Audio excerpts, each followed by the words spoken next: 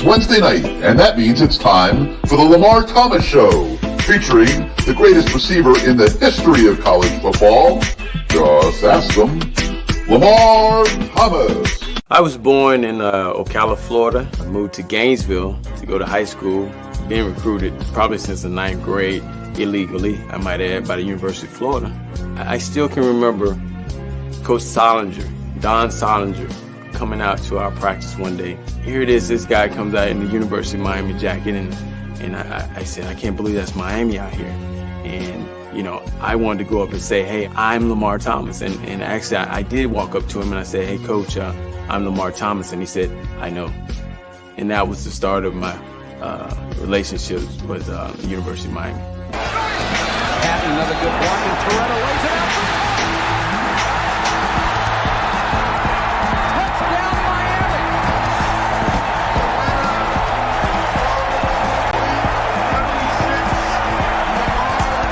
You come down here, you'll be on TV every weekend, dominating. I thought about it.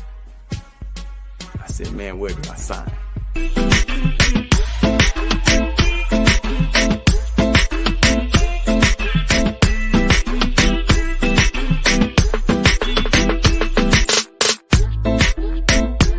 My mom, on Saturday mornings, I would wake up and she'd be holding my hand. I thought she was the weirdest lady in the world.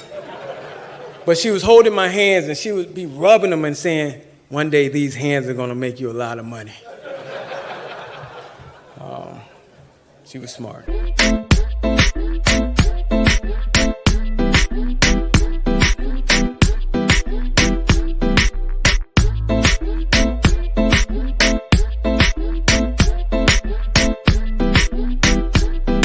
So now, here he is, the great one, along with co-host Gary Ferman of CaneSport.com, Lamar Thomas.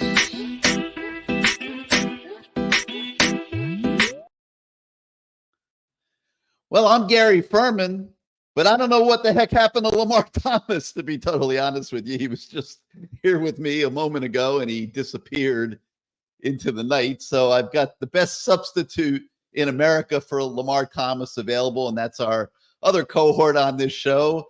I see Izubee Charles, and I see you are now Lamar. I'm assuming Lamar is going to pop back into the studio any moment, but man, wild week, and we got a wild show for you guys tonight. We welcome you back to the Lamar Thomas Show, presented as always by Caneswear, your ultimate authority for all your University of Miami merchandise needs. If you need it with a U logo on it, you can go get it at Caneswear. They're at 2655 South University Drive in Davie, or you could shop them around the clock at Caneswear.com. Record sales this season at Caneswear, Izubee, and man, the Hurricanes just keep winning. It's absolutely amazing. You know, you're sitting there and Duke peels off a 28-3 run in the second quarter going into the early third quarter. And you're thinking, are we really watching this? I mean, think about this. Duke, a 28-3 run on the what then was the number 5 ranked Miami Hurricanes. And Miami answers it with a 36-3 run that, quite frankly, turned the lights out on everybody, including Lamar Thomas, who now is back with us. There you are. Man, what happened to you? Speaking of turning the lights out, the internet went down in here, man. I was like, where did he go? I'm like, we're ready to start the show.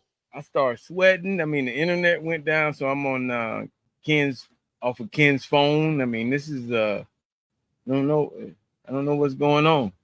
How you doing? Crazy. So crazy. I'm excited. I'm sorry about that, where the show started off, but I'm here. Let's get it. All right. Well, we've already welcomed everybody. We've already set the stage. Miami putting up the 53-31 victory over Duke in very improbable fashion. Duke running off that 28-3 run in the middle of the game, and then Miami finishing it off with a 36-3 run of its own. Lamar, you were there, center stage. thoughts as in just another crazy afternoon of a spectacular season? Well, unlike IC, I have an old heart, and man, that little mid part of the game, I went through a roller coaster of emotions. But that's what this team has done, over the last couple of weeks, man. It's been like a roller coaster. When they're down, they're not down. The other team might think they're down, and maybe our fans might think they're down, but they're not down because, being on that sideline, those guys, man, every time I've never seen the look of panic in their eyes, and that's important. But it all starts from that quarterback, when he's not panicking. Again, he threw an awful interception across field, as we saw. And, he comes back on the field like nothing happened and just started doing work. That's just the way this whole year is going for him. He's had plenty of Heisman moments, but most importantly, he's won ball games, and we're undefeated. So, everybody talks about the Heisman. I love the Heisman talk, but at the same time, you keep winning ball games, all that will take care of itself. And that's what they've been doing. Well, right before the show, I got a couple emails from an address called Cam Ward for Heisman by way of Canes Connection, which is the collective. And Right. So they're pumping him for the Heisman Trophy, and they're fundraising off of it at the same time. Okay. Good job, Canes Connection. Got to keep the locomotive going. And Miami has also launched the Heisman Trophy campaign for Cam Ward. He obviously is very, very alive in the Heisman race. He's a co-favorite right now with Travis Hunter. The Vegas odds are plus 200, which is very low for a prop bet like that for those of you that aren't familiar with prop betting and gambling. And then you got Dylan Gabriel at plus 300 right behind them. And this is a tight race. Cam Ward showing up every single week, Lamar. You mentioned his impact on the other players, the fact that they don't panic. And they've been in some crazy situations this year. Yeah. They're just inexplicable, being down 25 at Cal, allowing Duke to go peel off a 28-3 run. This is the number 4 team in the country, Lamar. We're getting to the nitty gritty now, man. How do you explain some of these disparities from point A to point B in the middle of football games? Well, I can't say this from watching the game. I can say that we watched, especially on defense, and on offense a couple of times, the coaches have made adjustments. And, so many years you go back to the North Carolina game a couple of years ago, go back to the Florida State game a couple of years ago where we couldn't stop one play and they ran it over and over and over again. And there was no adjustment. So the good thing is you're watching these coaches, this coaching staff, offensive and defensive, and players, you throw Cam in there also, have made the adjustments to say, okay, whether you're not giving me the deep passes, so I'm going to take the short stuff. Okay. We're playing man to man and you're killing us. Okay. Now I'm going to start bumping things and showing some zone and disguising things in the second half. It's going to confuse you a little bit. And that's just the way it's gone this whole year. And, as fans, we get a little upset when they start scoring points and stuff like that. But, I got to give it to Guidry. I got to give it to the offensive coordinator. They've made those proper adjustments and we're still undefeated because without those adjustments, we're sitting here like years before criticizing or feeling down and sad and not happy, but they've made those proper adjustments. So give it up to Mario and his staff. Okay, so you gave up a 28-3 run. The fans are all over Guidry. you know how that goes. Yeah. But you're down there on the sideline and you say there's no panic. How do you not panic when you just gave up 4 touchdowns to Duke in a span of a quarter and, you're trying to get to the college football playoff. You're trying to win the ACC title and everything's falling apart. You have no answers. You're making mistakes all over the place. Kids are confused. They're throwing their arms up in the air. They're busting coverages. How does nobody panic in a situation like that, Coach Lamar Thomas? It's just they've gone in at halftime, and some of those speeches at halftime have probably been legendary. But is that a speech? I mean, is that a speech? You're throwing your arms up. You don't know what you're doing. Hey, man, I see you're out on the field. You're playing football. You don't know what you're doing. What is a speech going to do for you? I mean, a speech. I mean, it can do something, but once you have a quarterback like Cam Ward leading your offense, man, you're not out of any game. And I think that plays a big part in it. Obviously, I feel like you never want to find yourself down and things like that, but with a team like that, they've proven on multiple occasions, different type of environments at home, away, that, hey, no matter how much we're down in the second half, we can still win this game. And I feel like having that confidence, you can say anything in the locker room and just coming out, and, hey, we have to win this game. We've been in this situation before. There's a sense of kind of calmness and comfort in that team. So I think having Cam Ward is, all that you really need when you're down in a situation. Obviously, like I said, you don't want to be in that situation every single week, but you've proven it to yourself that you can get out of that hole if you ever dig it. So I think that's the biggest thing, honestly, with those guys, being calm in those type of situations. But Cam Ward can't play cornerback. Cam Ward can't play safety. Cam Ward can't play linebacker. Cam Ward can't play on the D-line. Okay? Right. So I don't understand how, and it's happening. Mm-hmm. You don't know what's going on and what you're doing in 1 second, and then boom, just like that, now you're peeling off a 36-3 run. Yes, Cam Ward is a big part of that, but the 3 is their part of the defense. The same defense that was just getting shredded for 4 touchdowns in about a quarter. Lamar, but Gary, that was of this game. Explain this to us, please. That was before they got to go in at halftime and get. I don't know what goes on in there. Maybe I do, maybe I don't. But there are adjustments. The adjustments. Hey, you know what? Let's not play man to man. You look at USF game. They were getting killed by little Rudy. Little Rudy, number 38, was running around doing all kind of pick routes and all rub routes, and so they start bumping it in the second half. I mean, they made the proper adjustments. You look at the quarterback was confused. He threw some bad interceptions the second half. I mean, they started doing different things that they weren't doing in the first half. I mean, they were single high most of the first half. Okay, come back the second half. One of the first picks he threw, it was a safety back there. It was 2 safeties. It was like cover 2, but the safeties were robbing the outside guys. So there was they had a bad route concept too. They sent the tight end up the middle, but they put him on a hook route. So the safety saw the 2 guys take outside releases, and they just jumped on both sides, and they came out with an interception. They didn't do that in the first half.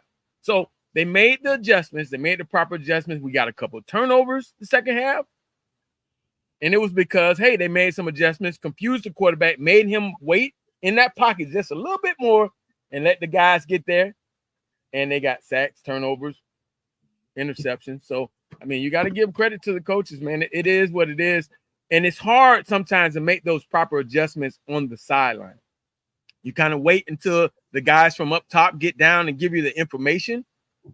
Those guys are watching the game. They give you information. You're looking over the information. You're spilling it to the kids, what we did wrong. And this is why we adjust to it. And let's do this now. We did that in the first half. Let's do this now. Okay, we got the data from upstairs. Let's do this. Came out with a different game plan. Confused them. Well, and now they've got the iPads on the sideline too, which are a big help. When things are going bad like this, those iPads on the sideline are enormous for the coaches. And Lance Giddy was telling about this with how they kind of go about it. And Jason Taylor will make one suggestion, Chevette Jackson will make another one. It's kind of like by committee that they figure it all out and make these adjustments and try to turn it around. But you know what's crazy about the whole thing? Like, we're there at the stadium and we're going through these ups and downs. And Lamar, you got the old heart. It's fluttering like crazy, like you're having a heart attack, and everybody else is too. They can't believe what they're watching. The season's going up in flames against Duke, Manny Diaz, the drama, blah, blah, blah, blah, blah. Okay, the game ends at 3 o'clock, 3:30. How many people in the country do you think were watching Miami play Duke? Okay, they see 53-31 Miami. Number 5 in the country moves to number 4 in the country. We're now still in the middle of the national championship race. We still got the leader for the Heisman Trophy, And life goes on to this next week in Atlanta against Georgia Tech, which promises to bring its own set of adventures. And we've seen what games against Georgia Tech over the years can sometimes deteriorate into. We'll use the word deteriorate, Lamar. All right, so, and then we talked to Cam Ward after the game. Now, you mentioned the interception. This guy's like probably got a great chance to win the Heisman Trophy. Okay, he may go in the top 5 of the NFL draft the way this season's been going, but there's not one scout there for an NFL team that's sitting there saying, we got to get this guy to stop throwing the ball across his body and throwing jump balls up in the middle of the field. Like, there is no football play or coach or anybody that would draw anything up like that. But you know what Cam Ward says to us? Tell him I see. He said he'll do it again. He said he would do it again and again and again and again, and he has made that play in the past, and he's going to make that play again. And you're like, but Cam, that ball's going to be intercepted in college 9 out of 10 times. It's going to be intercepted 10 out of 10 in the National Football League. He doesn't care, Lamar. This is a kid that is a unique cat. Okay. Mm-hmm. Like, he is unlike anything I know I've ever seen here at the University of Miami. I've been here longer than you, believe it or not. I don't have the same gray because I don't have a beard. If I had a beard like you, I'd probably have a little gray. But I've never seen anything like this. And his confidence is insane. And there is nothing. You talk about staying calm, LT. There is nothing that rattles this kid.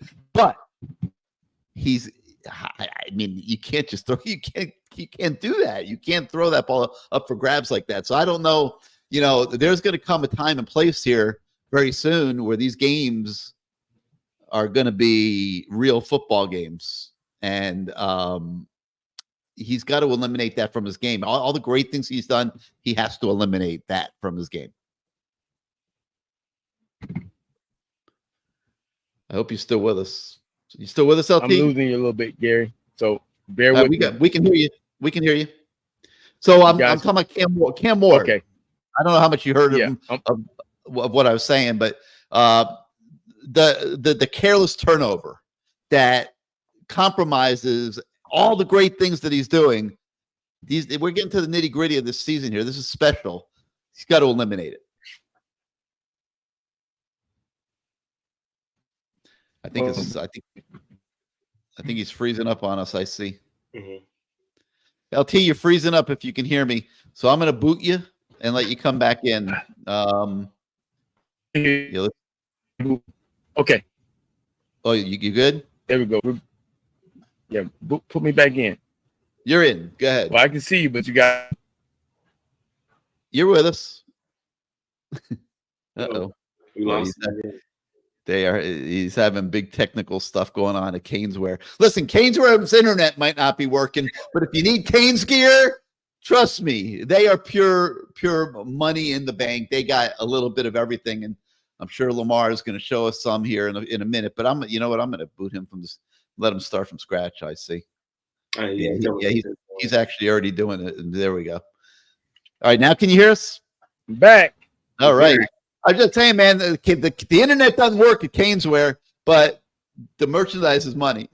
Oh, yeah. Merchandise is money. Matter of fact, I might rock this in Atlanta. Ooh. It's got Coach LT written all over it. Yeah, buddy. I'm so excited. So, Cam Ward, did you hear anything I said? I heard you say about the pro scouts, and then it went. Well, I'm just talking about the guy's unlike anything we've ever seen. He makes unbelievable plays every game. There's no margin in the game that's too much for him. He's calm as can be. All those phenomenal things leading the Heisman race. But then every now and then he sprinkles in a play like that interception where he just loses his mind, throws the ball across his body. It's a jump ball in the air. Obviously, the NFL is going to want to get that out of him when it comes time late, next year. But we are getting to the nitty-gritty of the season, and you can't make mistakes like that. But I think we lost Lamar again. All right, I see you comment on this. Okay, yeah. So I wanted to, because honestly, we asked Coach Shannon Dawson about that, and it was kind of funny in the press conference on Monday. We all had a little bit of a chuckle when we said, "Hey, Cam said he's going to do it again," and Shannon Dawson's like, "Hey, I'm not mad at it because Cam Ward's always attacking, and he'll make a play like that, but he'll come back and he'll take the blame for it, and he'll just keep going, And that's something that he said he likes in a quarterback who's not fazed by interceptions. And he kind of alluded to something. I don't know if he was talking about someone in particular, just quarterbacks in general. He said, I'd rather have a quarterback like Cam Ward that throws an interception like that and comes back and is unfazed than a guy that throws an interception and goes on the bench and pouts and all that stuff. So he said this early in the year with Cam Ward, you got to take the good and the bad, kind of the yin and the yang. And the good, outweighs the bad by a lot, and the bad is pretty bad when it's bad. So I think, just how he responds to things like that. Obviously, today he spoke about ball security being a thing he's going to work on.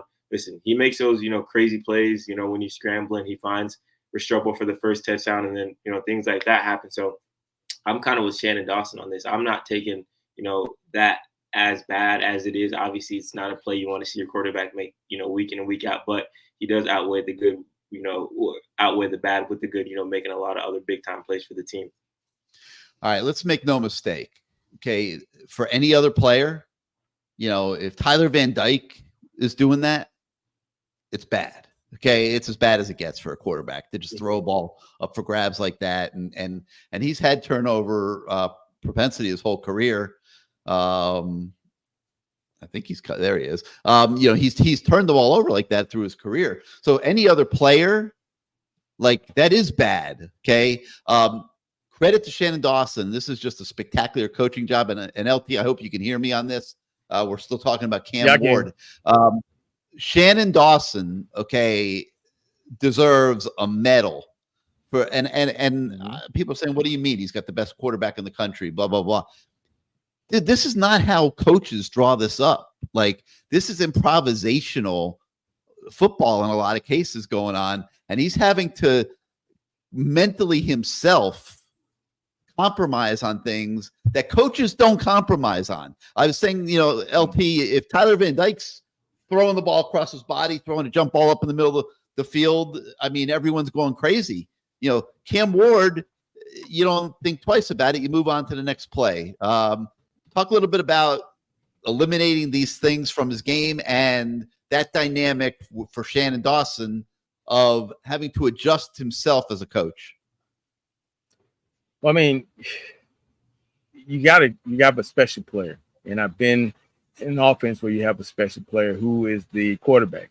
So you ride or die with the good and bad, because there is a significant fall off with 1 to 2. Not taking anything from Emory. I think I watch Emory every Wednesday. I love him. I think he's great, but he's not Cam. And so being around Lamar Jackson, Petrino knew that, so he took the good with the bad, and sometimes he got on Lamar. Okay, but at the same time, he also knew this guy, the next play, could take it 80 yards in the flash or make that big play scrambling and throwing it downfield with that arm. So you kind of take the good with the bad. Now, I've also been around quarterbacks that can't get out of that funk, and I've coached quarterbacks that can't get out of that funk, and it's not a good thing. It's not a fun thing, because you're trying to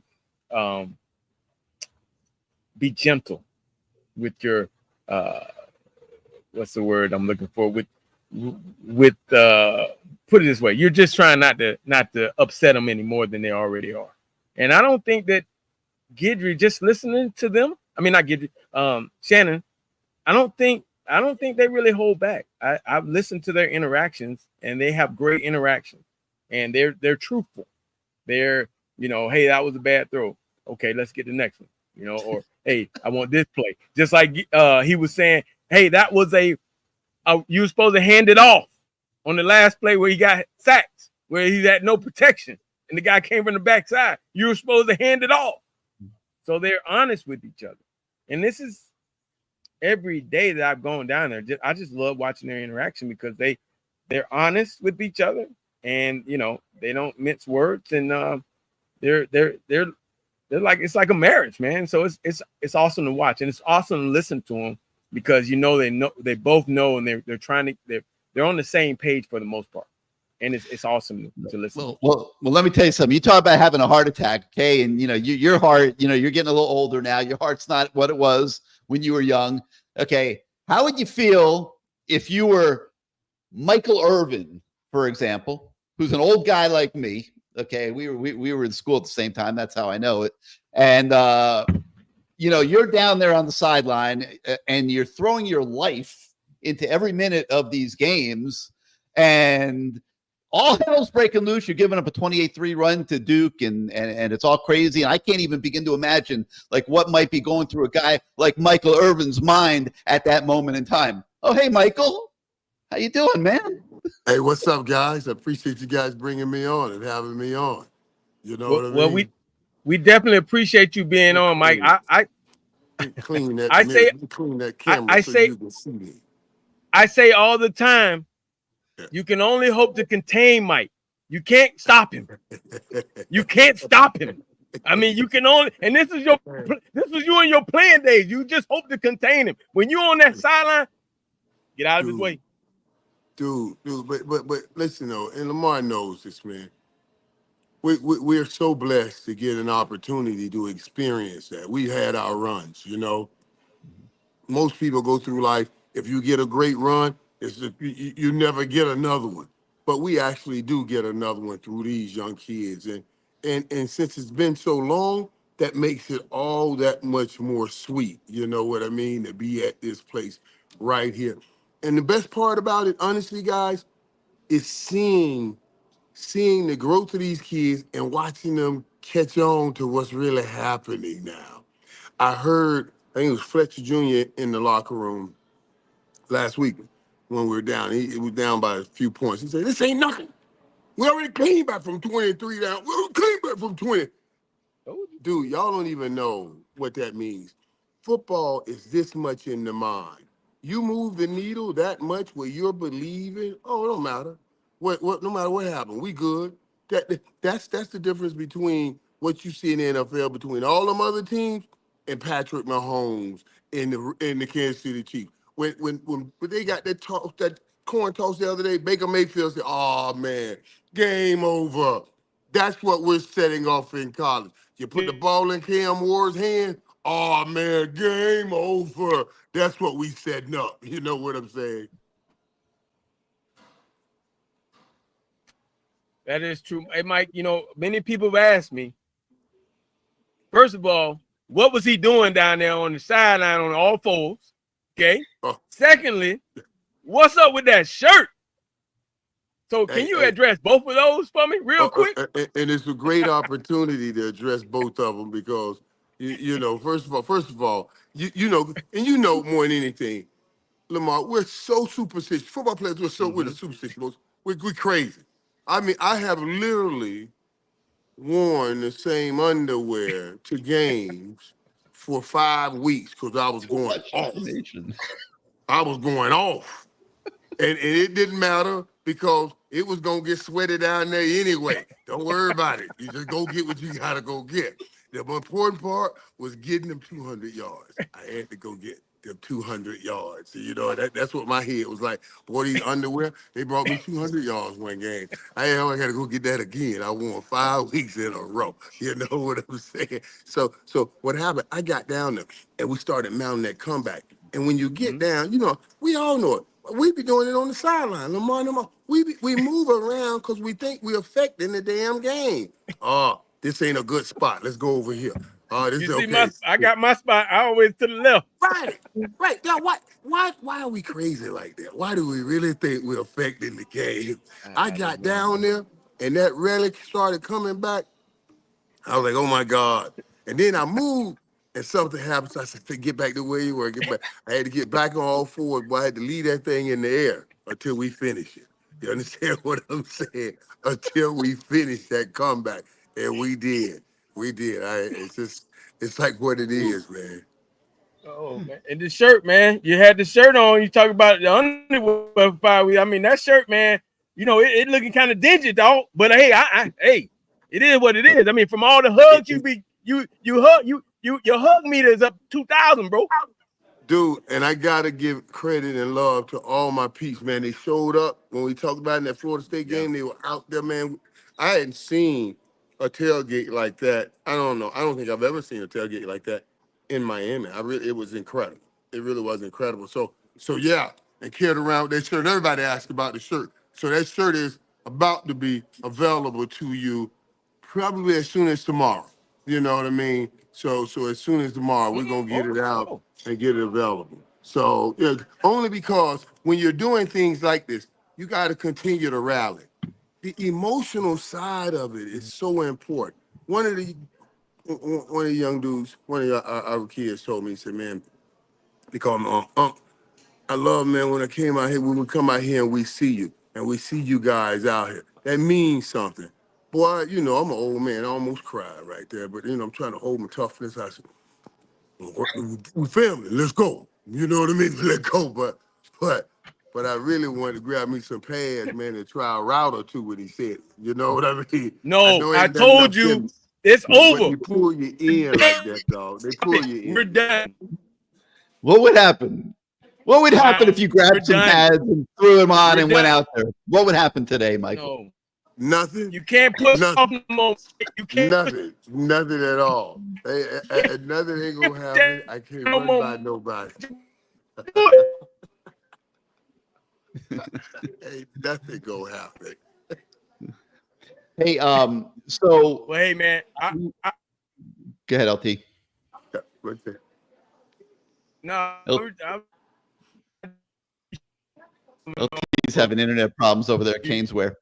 the run. Yeah, that's where we're gonna be right there. You at Caneswear? You got to LT over there? run. That's what LT's at Yeah, he's in the Caneswear. store. Yeah, he's in the store. Yeah. Tell him them shirts gonna be right behind you in a moment. Right behind you in There a it is. moment. You heard it right here. Yeah, they're gonna be You right heard it over right there. here. The church will be in Kansas.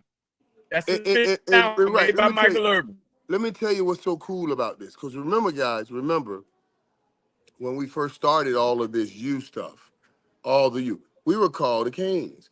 And then, of course, when I started going to work with ESPN, Chris Berman and Tom Jackson, I was like, man, when I get on set, they gonna say, where's he from? Where's he from?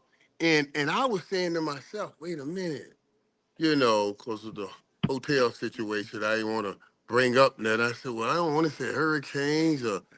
I said, he's from the U.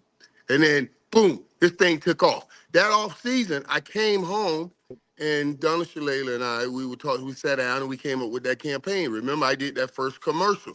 And in the first commercial, we said, this is too small. And then the actual position that the shirt is in now, we did that position. I said, this is too much. And then we came back to this is just right. Always has been, always will be, all about the youth. And I believed it then. I did believe it then. But it's been so long since we've been on top and we talked about it and we are finally back here. This position now shows power. And we are powerfully making our statement. It's not too much now. It's just right. So let's get those shirts right over there where Lamar is. And we're going to fill the stadium with it. And every time we do it, it's going to be a representation of the power that's coming through the U when all of us have it up. Oh, don't make me preach a sermon. Who is it? Hey, Michael, you know, I've seen you on the side of Lamar. I'm sure he'll be back in a minute, but the impact that you're having on these kids by your presence is absolutely enormous. And we've got one of them with us right now. That's Mr. Sam Brown. How are you, sir? Oh, good, y'all. Doing good, man. We got the playmaker here, hopefully mentoring you up a little bit. And, you know, Michael, talk a little bit about your interaction with guys like Sam and you know, what it's like for you to have, you know, try to impact them at this age of their lives. Hey, what's up? What's up, Sam? What's up, man? Listen, What's up with you? let me tell you what's great about being on the sideline. Okay, I got you. Okay, I'm right over. Yeah, we're right over. Yeah. Okay, I'll go. Okay, yeah, they're trying to put me on the airplane. Oh, give me a second. I want to talk this. Let me say what I enjoy being on the sideline, and he'll tell you what I've been trying to share. with these young men. These young men are looking and writing their history right now. They got so much destiny in front of them. And when we get in those kinds of games, it's what I tell them all the time. I'm like, I know this is not just a football game. How we do this game, how we come through this game determines how you live your life for the rest of your life. When we win in games like this, we win in life. When you come up short, you come up short in life. And we not coming up short in life. That's No. just that. We're not coming up short. No. Oh, now we lost Michael too. Everybody's losing their internet tonight, Sam. I don't know what's going on. But welcome to the Lamar Thomas Show. Lamar will be back in a minute. He just had some technical issues himself, but so glad to have you on the show. And talk to us a little bit about this magical ride there, Lamar. This magical ride that you guys are on here, making plays, finding your way through the tough moments of games, and just finding ways to win.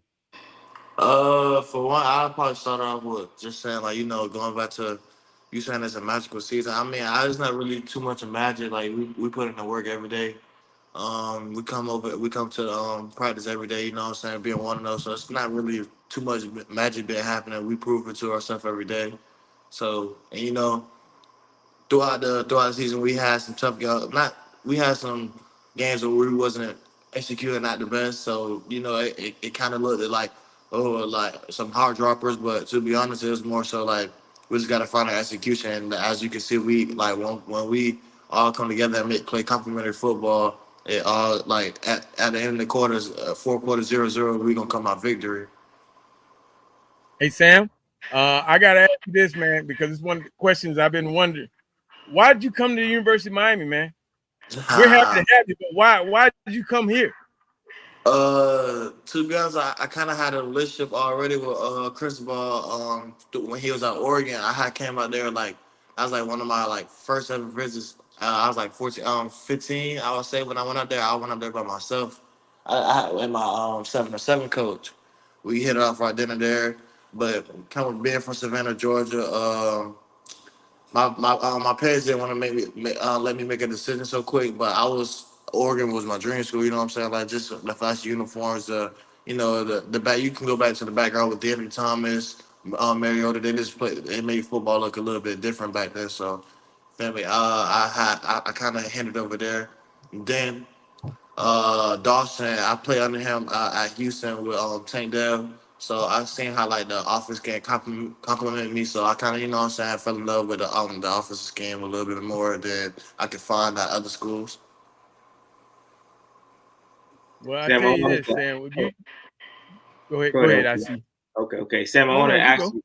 Obviously, guys like Michael Irvin, NFL Hall of Famer, LT, a legend himself, and Reggie Wayne, a bunch of great wide receivers come out of Miami. Just how cool is it having those guys, in a year on the sideline during games, giving you advice and just things like that? It's amazing, like what I'm saying, like just cause like they've been in my shoes, they did it at the highest level, like they kind of like say. You're like, for instance, a football coach is not gonna play the football game with you, so you know what I'm saying. Like they kind of see it a little bit different. So like I'm able to come up to the sideline, tell the LT like this is what I see. What do he? And he'll be like, okay, now I see what you're telling me. He could tell me like a little slight technique thing that I could do just to beat him by a step or something like that. And Michael Irvin, just his energy, it's no point of you even being down with him because like he just so you can make a play for 10 yards, he happy like it's a touchdown. Like, hey Sam, what's it like coming into in the transfer portal? You're here for a year. You come in late. Everyone's already got connections, and we could see a little bit of your mind racing a little bit on you at the beginning of this season. And then you started busting out, and now you're making plays almost every single game. But talk a little bit about what it's like to come to a team out of the transfer portal. I mean, we got one of our viewers here. He says, Billy DeLulu says he still sees you on some of the billboards in Houston. But now you're in Miami. What was that like for you to come here out of the portal? It was different. I mean, because the first go around, I started off at West Virginia, and like the first transfer portal go around, it was a little bit different. You know what I'm saying? I really didn't have like a lot of film to my resume. So it's kind of like Houston kind of took a little. They feel me. They rolled the dice with me, and I appreciate them. They the reason I'm here right now. You know what I'm saying? So it's no bad blood at Houston, but I started off at West Virginia, transferred. It was a little dark world. Then boom, at Houston. It's a different. You know, it's a different team.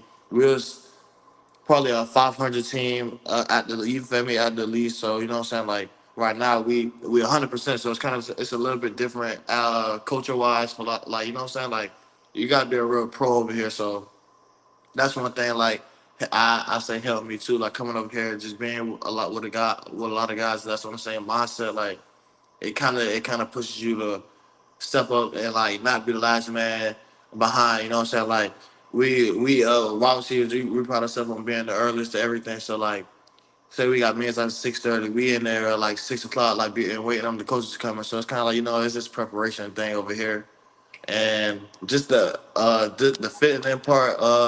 It kind of took a little minute just because I came in late, but I mean that's football, you know. Like it's just in the NFL, like you could be on the Ravens playing Sunday night football, then the next day you get traded, you playing Thursday night with the Chiefs. So it's like you gotta adapt. So that's pretty much. I feel like at the beginning, I kind of didn't understand it, but that's why it's not a it's a marathon, not a sprint. So you feel me? We in for a long run. It's a lot more going on. Where'd you hear that from? Hey, check this out. You know, I watch you, man. When you catch that ball, man, you're looking to, you know, you're shaking off tackles, you putting moves on people. I mean, this has been amazing to watch, man. I mean, has that always been one of your strengths? Because it's like one guy ain't gonna bring you down, and you've made some great runs this season after like 10-yard catches, turning them into 65-yard gains. I mean, has that always been one of your strengths? Yeah, I pride myself on like just trying to be the most explosive player on the field. Like that's been my goal since I stepped foot on campus at Miami, just being the most explosive player. So you know, I'm just trying to live up to the hype. But for the most part, that been my skill set since a baby. Like I started off playing running back, so you know that's where the There you elusiveness came go. from, the vision. Yeah. So you know what I'm saying, it's kind of like second nature. But you grew out of that. Yeah, I grew out of You'd be- that. Well, I tell you what, man, we don't want to hold you too long. We just want you on. You know how I feel about you, my guy. And appreciate you coming on tonight and sharing a little bit with our fans. They love seeing you, love getting to hear you. And you keep doing it, man. You know how I feel. Just keep doing your thing, baby. All right? Love. Appreciate you.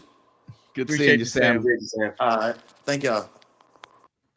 Sam Brown, ladies and gentlemen. Michael had to go get on a plane, LT. Yeah. Mike had to get on the plane. Wait, but he got announced that the shirt's gonna be up in this place, huh? How about that? Woo! Breaking news on the LT show. Here we go. Breaking news, baby. The shirt's gonna be, and guess what, guys? Now they're not gonna be dingy. Okay, they're not gonna be the same shirt as Mike. Now, if you want Mike Irvin's shirt, he probably sell it at the end of the season. Okay, or maybe he'll give it away. Okay, but it's a lot of sweat on that shirt now. I've been hugged by that shirt at least 30 times. I should have asked Sam Brown how many times he had been hugged by that. I mean, it's everybody is saying, man. I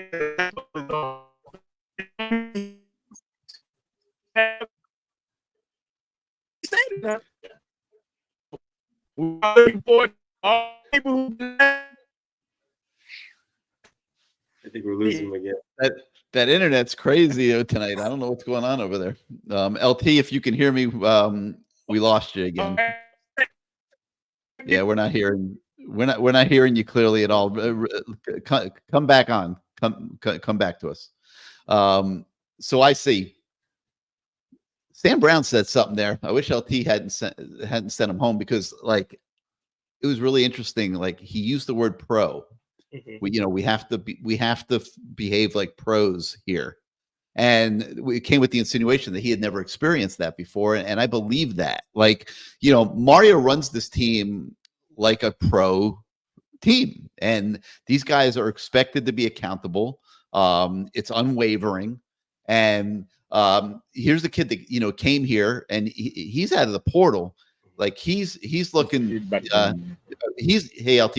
So I'm talking about Sam Brown.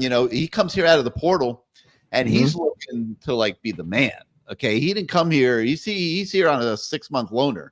Okay, and he's looking to be the man and go to the NFL. And you see the ability he has. He's gonna be a pro receiver, right, LT? I mean, I think one of the things that he's doing, he's just cleaning things up. When you go to other places, you have these flaws or these perceptions, and so he's coming here. He's trying to clean all that stuff up and play great ball, and it's going to help him. And being around guys like Michael Irvin, Reggie Wayne, all these guys that come around, these great receivers.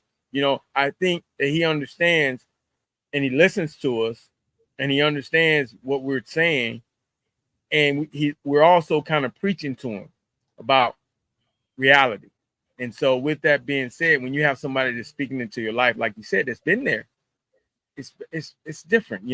I've said it before, when the Michael Irvins, the Eddie Browns, the Brian Blades, the Brett Perrimans, those guys came around, man, it was like I just soaked it up. I asked questions. I wanted to know, because they've been there. Like Sam said, when you got a guy that's been there and been in your shoes, been where you're sitting and gone on, it gives you instant, like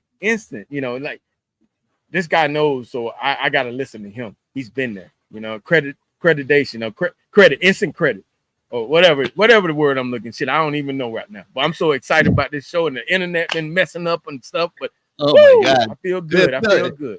This has been as crazy as the Duke game so far tonight. Like like we gave up a 28-3 run. Your internet's crapping out every 5 seconds. We got Michael Irvin over here visiting with us from the airport.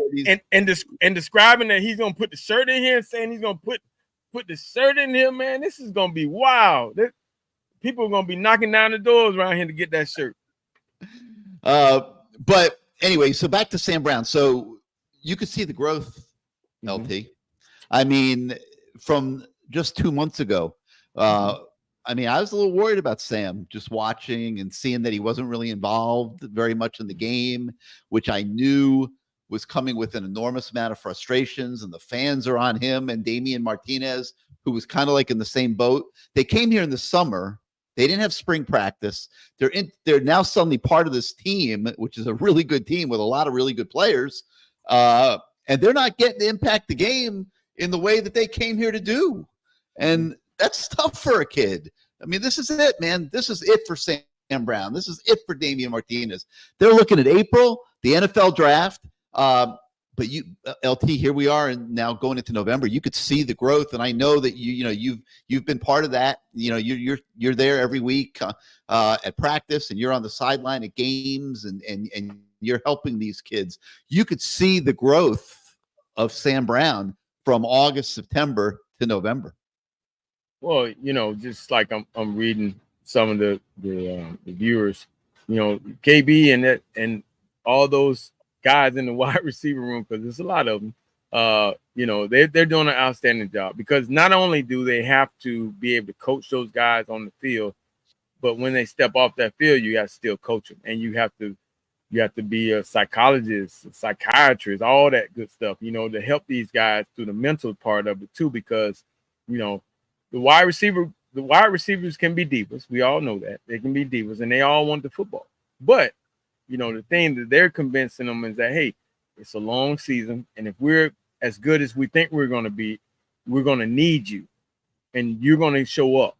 And that's what's happened. These guys are showing up. Hey, some games a guy might catch 2 balls. Some games a guy catches 4 balls. I mean, it's just everybody's showing up. I mean, those 4 guys have done an outstanding job this year. And, I give a lot of credit to KB. I talk to him every Wednesday, and he's really enjoying it, man. And what it is that he finally has a group where they have depth. So no one can hold him hostage. No one can say, well, shit, I don't feel like doing this today. Well, guess what? If you don't feel like doing it, there's another guy that's saying, nah, I'm going to do it. And they got a bunch of young guys that are hungry and are ready to rock and roll. So this has been great, man. This is what you want as a coach, because it makes your job a lot easier. But all you have to do is continue to push them in the right direction, mold them in a way, and make sure that they understand it. Not every day you're going to be happy, but you still got to come to work and you got to get better. And that's what KB's doing. The receivers, man, they are getting it done. Restrepo, who now has officially wiped all you old guys out of the record book. Not yet. Wait, hold on now. Wait. Me and Mike still left. We still left on the You're still in there in small print? Yeah. Well, we're still in touchdowns now. Mike had 26. I had 23. That's 1 and 2 right there, baby. Now you got to catch up. He coming. He coming. I forget what Restrepo's total see, everybody forget. I think he got like 19, maybe 19, maybe 19. I think 19. So he's gonna get it. I want him to get it.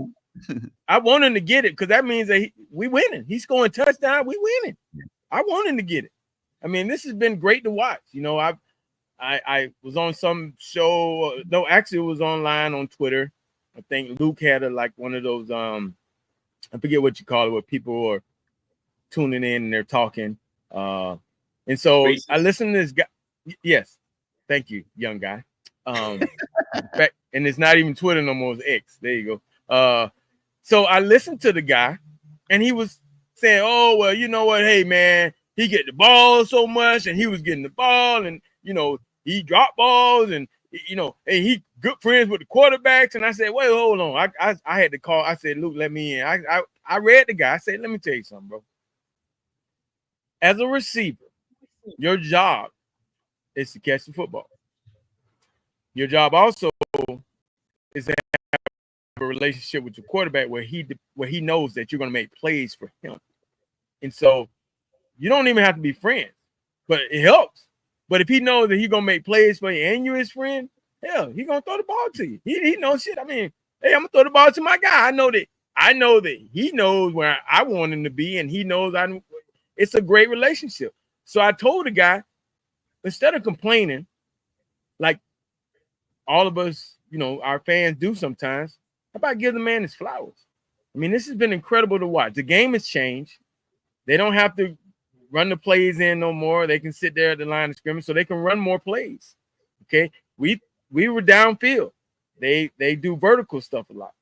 And hey, it is what it is. You know, hey, you can do a pop pass thing to a guy, like pitch it forward, and that's a catch. I mean, how many of those did we watch Mike Harley run? At least 50 of his 100 and some catches. I mean, the game has changed. That's all that matters. I mean, it is what it is. We're old guys. We had the leather helmets. We had the Newman gloves.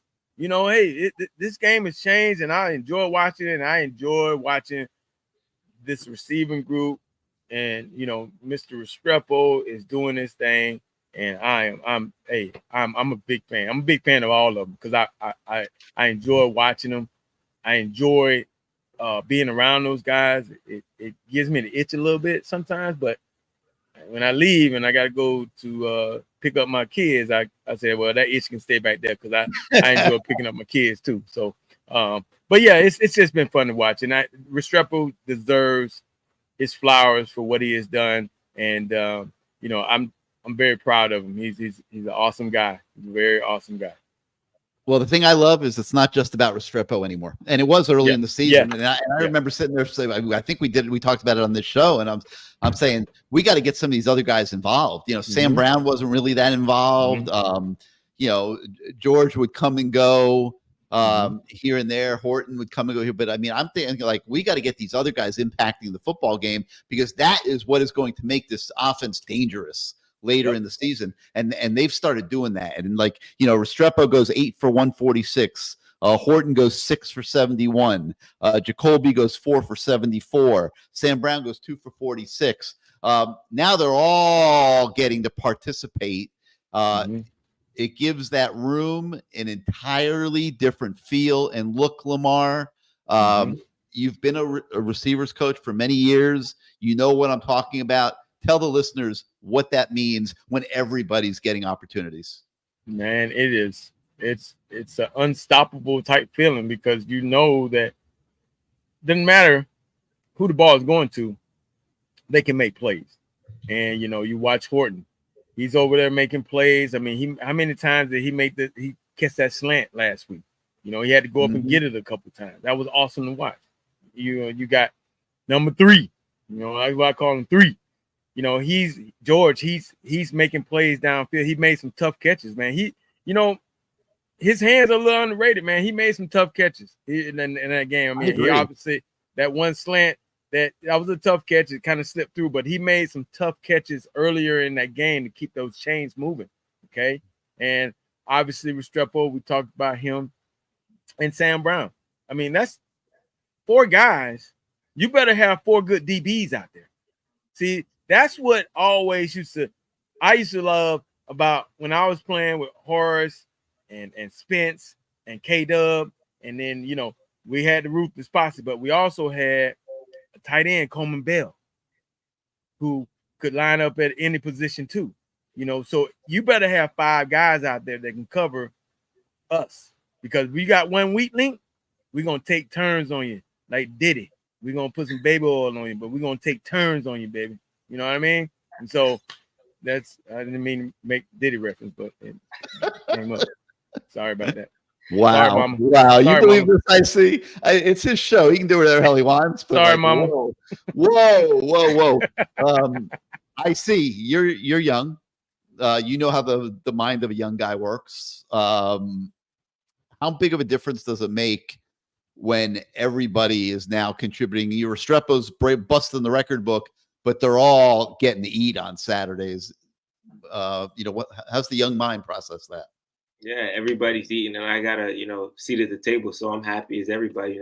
I feel like in that type of wide receiver room where there's so much talent, like LT mentioned, you got guys pushing you to be better, because if you're slacking in practice, the next guy's taking the reps, and then behind him you got the young guys chomping at the bit. You see guys like JoJo Trader, getting some plays. We've seen Nikar a few times this year, so everybody has a full plate right now. You have guys breaking records. You have a Heisman quarterback that's leading the country, so a lot of spotlights on you as well too. When you got guys like Sam Brown that's trying to make that NFL, trying to get into that conversation is why he deserves to be in the NFL.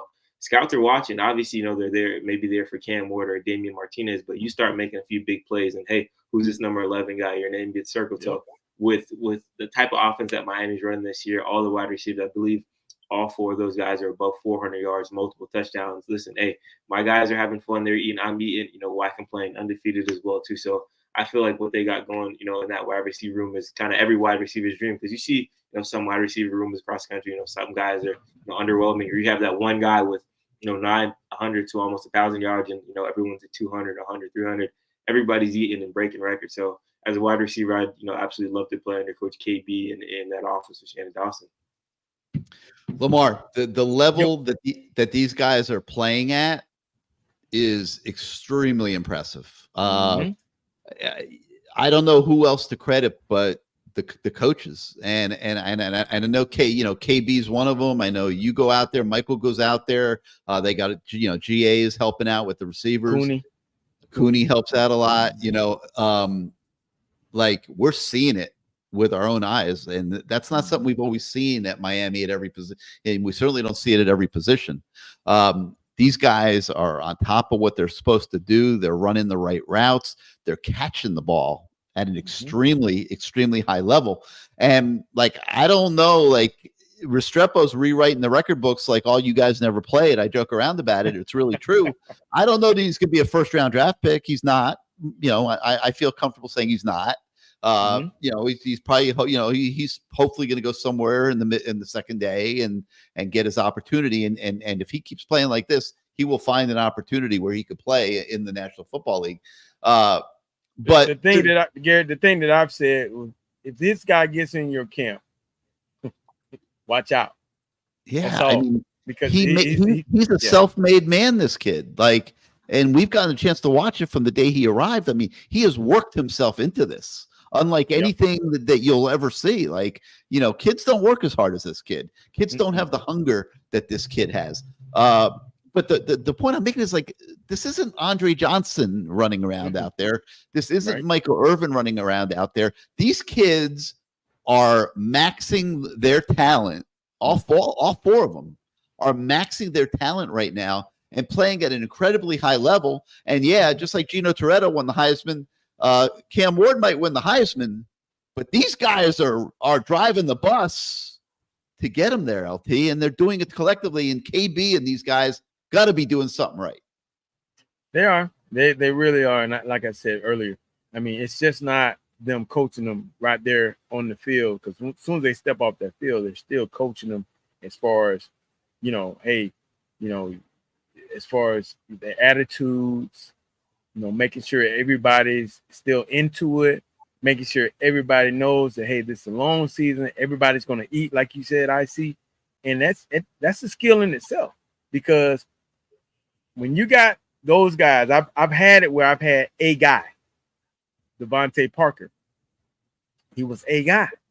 He was. But I had to bring all those other guys along with them to even though they weren't on that same level as far as, that, but they came along, and that's the way I made sure they understood that, hey, man, this ain't just Devontae Parker's show. We're going to depend on you guys too. They're going to double cover him at some point, and it's going to be up when your numbers call. You got to make plays, and they understood that. And see, that's where the game gets, again, it's putting your arm around a kid and letting them know that we're going to count on you at some point. You just be ready when it's your call. And I think these guys have done an outstanding job of all staying in it. They all have taken turns, and, again, kudos go out to their position coaches, because I think they've done an outstanding job. And I tell them that all the time, man. You guys are doing an awesome job. Like beyond awesome, like off the charts. And you see it showing up week after week. Devontae Parker, like you mentioned him, you coached him at Louisville. Once he left you at Louisville and came to the NFL, he didn't max out his capability, not even close, Lamar. I mean, I'm not bashful to say that. He played for the Dolphins for a while. I mean, did not come close to fulfilling what he potentially could have been. These guys are fulfilling what they can be, and they are maxing themselves out. And that, to me, is what is so impressive. And it's a tribute to the program that Mario's running, where these kids understand that they are expected to act like pros. They're expected to be on time. They're expected to practice hard every single day. And they are seeing the benefits of it on Saturday. And I got to think that is so important, because they're asked to do so much and they're asked to work so hard. And if they're not seeing the residual value of that, I got to believe it would be pretty tough to get them to do it the next week. Well, I mean, again, you're undefeated, and that helps, because you're winning. Guys are making plays, and they've bought into it, and that's the most gratifying thing, that all of them have bought into it, because when you get that much talent in one room, it's easy for guys to say, man, you know what? I ain't getting the ball. I want the ball.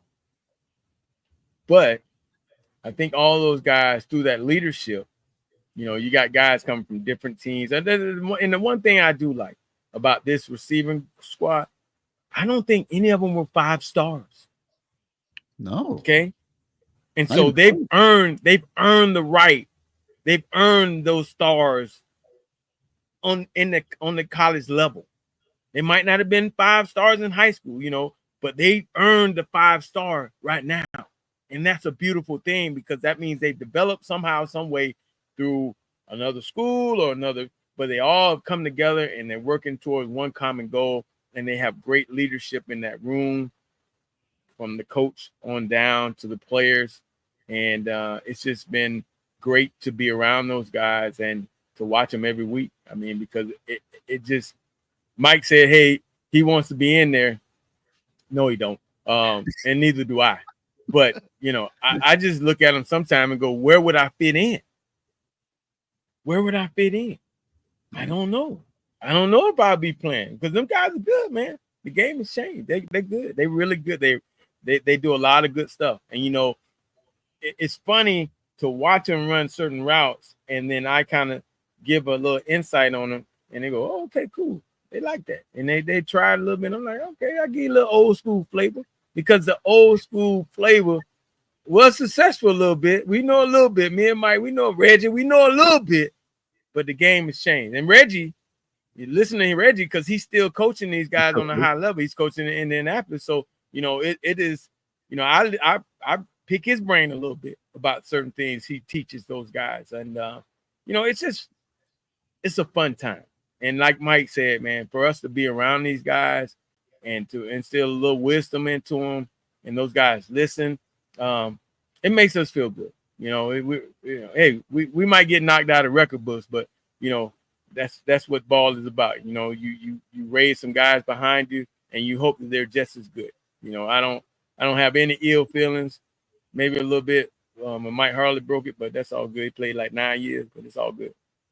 We got Kelvin Harris chiming in the chat because we got Cam Ward, and there's no doubt about it. Cam Ward he's an eraser, man. Like he's playing at such a high level himself that it doesn't matter what happens in a game. Like he's just erasing it all. Defense has problems, gives up a few touchdowns. No problem, man. Just give me a few minutes. And, he makes the plays. He's delivering the ball right on the money. He is impacting these kids as well. So my question for you is, did Gino Torretta, he played football at the highest of levels that one year where he wins the Heisman and he had great receivers like, you guys. How much did the level that he was playing at impact you guys back then when that was going on? I mean, the one great thing about Gino was that he was a winner. So we just never thought that we were going to lose with him back then, because he had won so many games. You look at his track record, he didn't lose that many games as a starter. So we knew he had that type of confidence. And he also got to the point where he understood that I'm going to let my playmakers make plays. And, you ask him now, and he'll say, hey, man, I delivered the ball to those guys, and they did what they did. And, the rest is history. And so he trusted us enough with Coach Harrison's offense that, he brought that from the West Coast, and it was still fairly new, and it was very confusing for people because they didn't have 3 and 4 good DBs. They might have 2 good DBs, and those other 2 were getting exposed. And so people had to start really recruiting really good DBs. And now, you remember when we would play like an Oklahoma State, them dudes had on neck rolls. And I would tell them before the game, bro, it's going to be a long day for you, homie. You ain't going to be able to cover nobody out here with no neck roll on. Because they were used to being, they were tackling. They were great tacklers, but they weren't great cover guys. And so the game changed because, we start splitting out 4 guys, 5 guys sometimes. Notre Dame started doing it. Everybody started doing it. So what you have to do, you got to go get better DBs. You can't have no just straight tacklers out there no more with neck rolls on, playing safety and corner. And that's how the game kind of changed, man. Coach Harrison brought that from the West Coast. Notre Dame picked it up, and the rest is history because everybody started splitting guys out. And you put Rocket Ishmael in the slot. What do you think is going to happen? He's matched up on a freaking linebacker. Unless they're playing us, it's going to be ugly. Yeah. So people start having to say, wait a minute, we can't let these guys by formation dictate who's on who because that's all we were doing. Like Steve Spurrier. Oh, and Steve Spurrier just took it to another. Oh, he was the king of mismatches.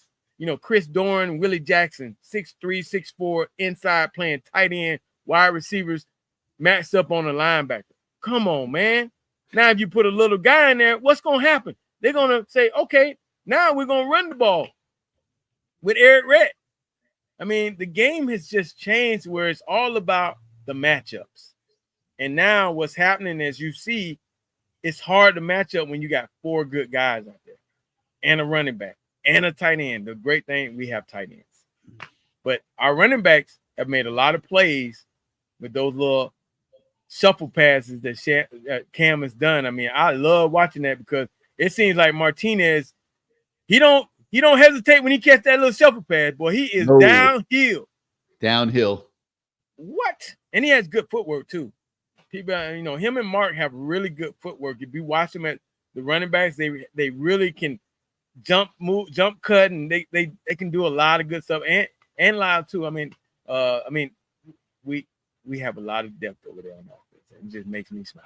Yeah, we really, really do. You know, I'm going to tell you something else. I give these kids a lot of credit to, and credit for rather. And one of our viewers is bringing it up here. I'm going to pop it up on the screen in a minute. But there's been some up and downs in some of these games, and the defense has been struggling at times. You don't ever see the guys on offense turning on the guys on defense. Like, you know, Cal goes up by 25. Duke peels off a 28-3 run.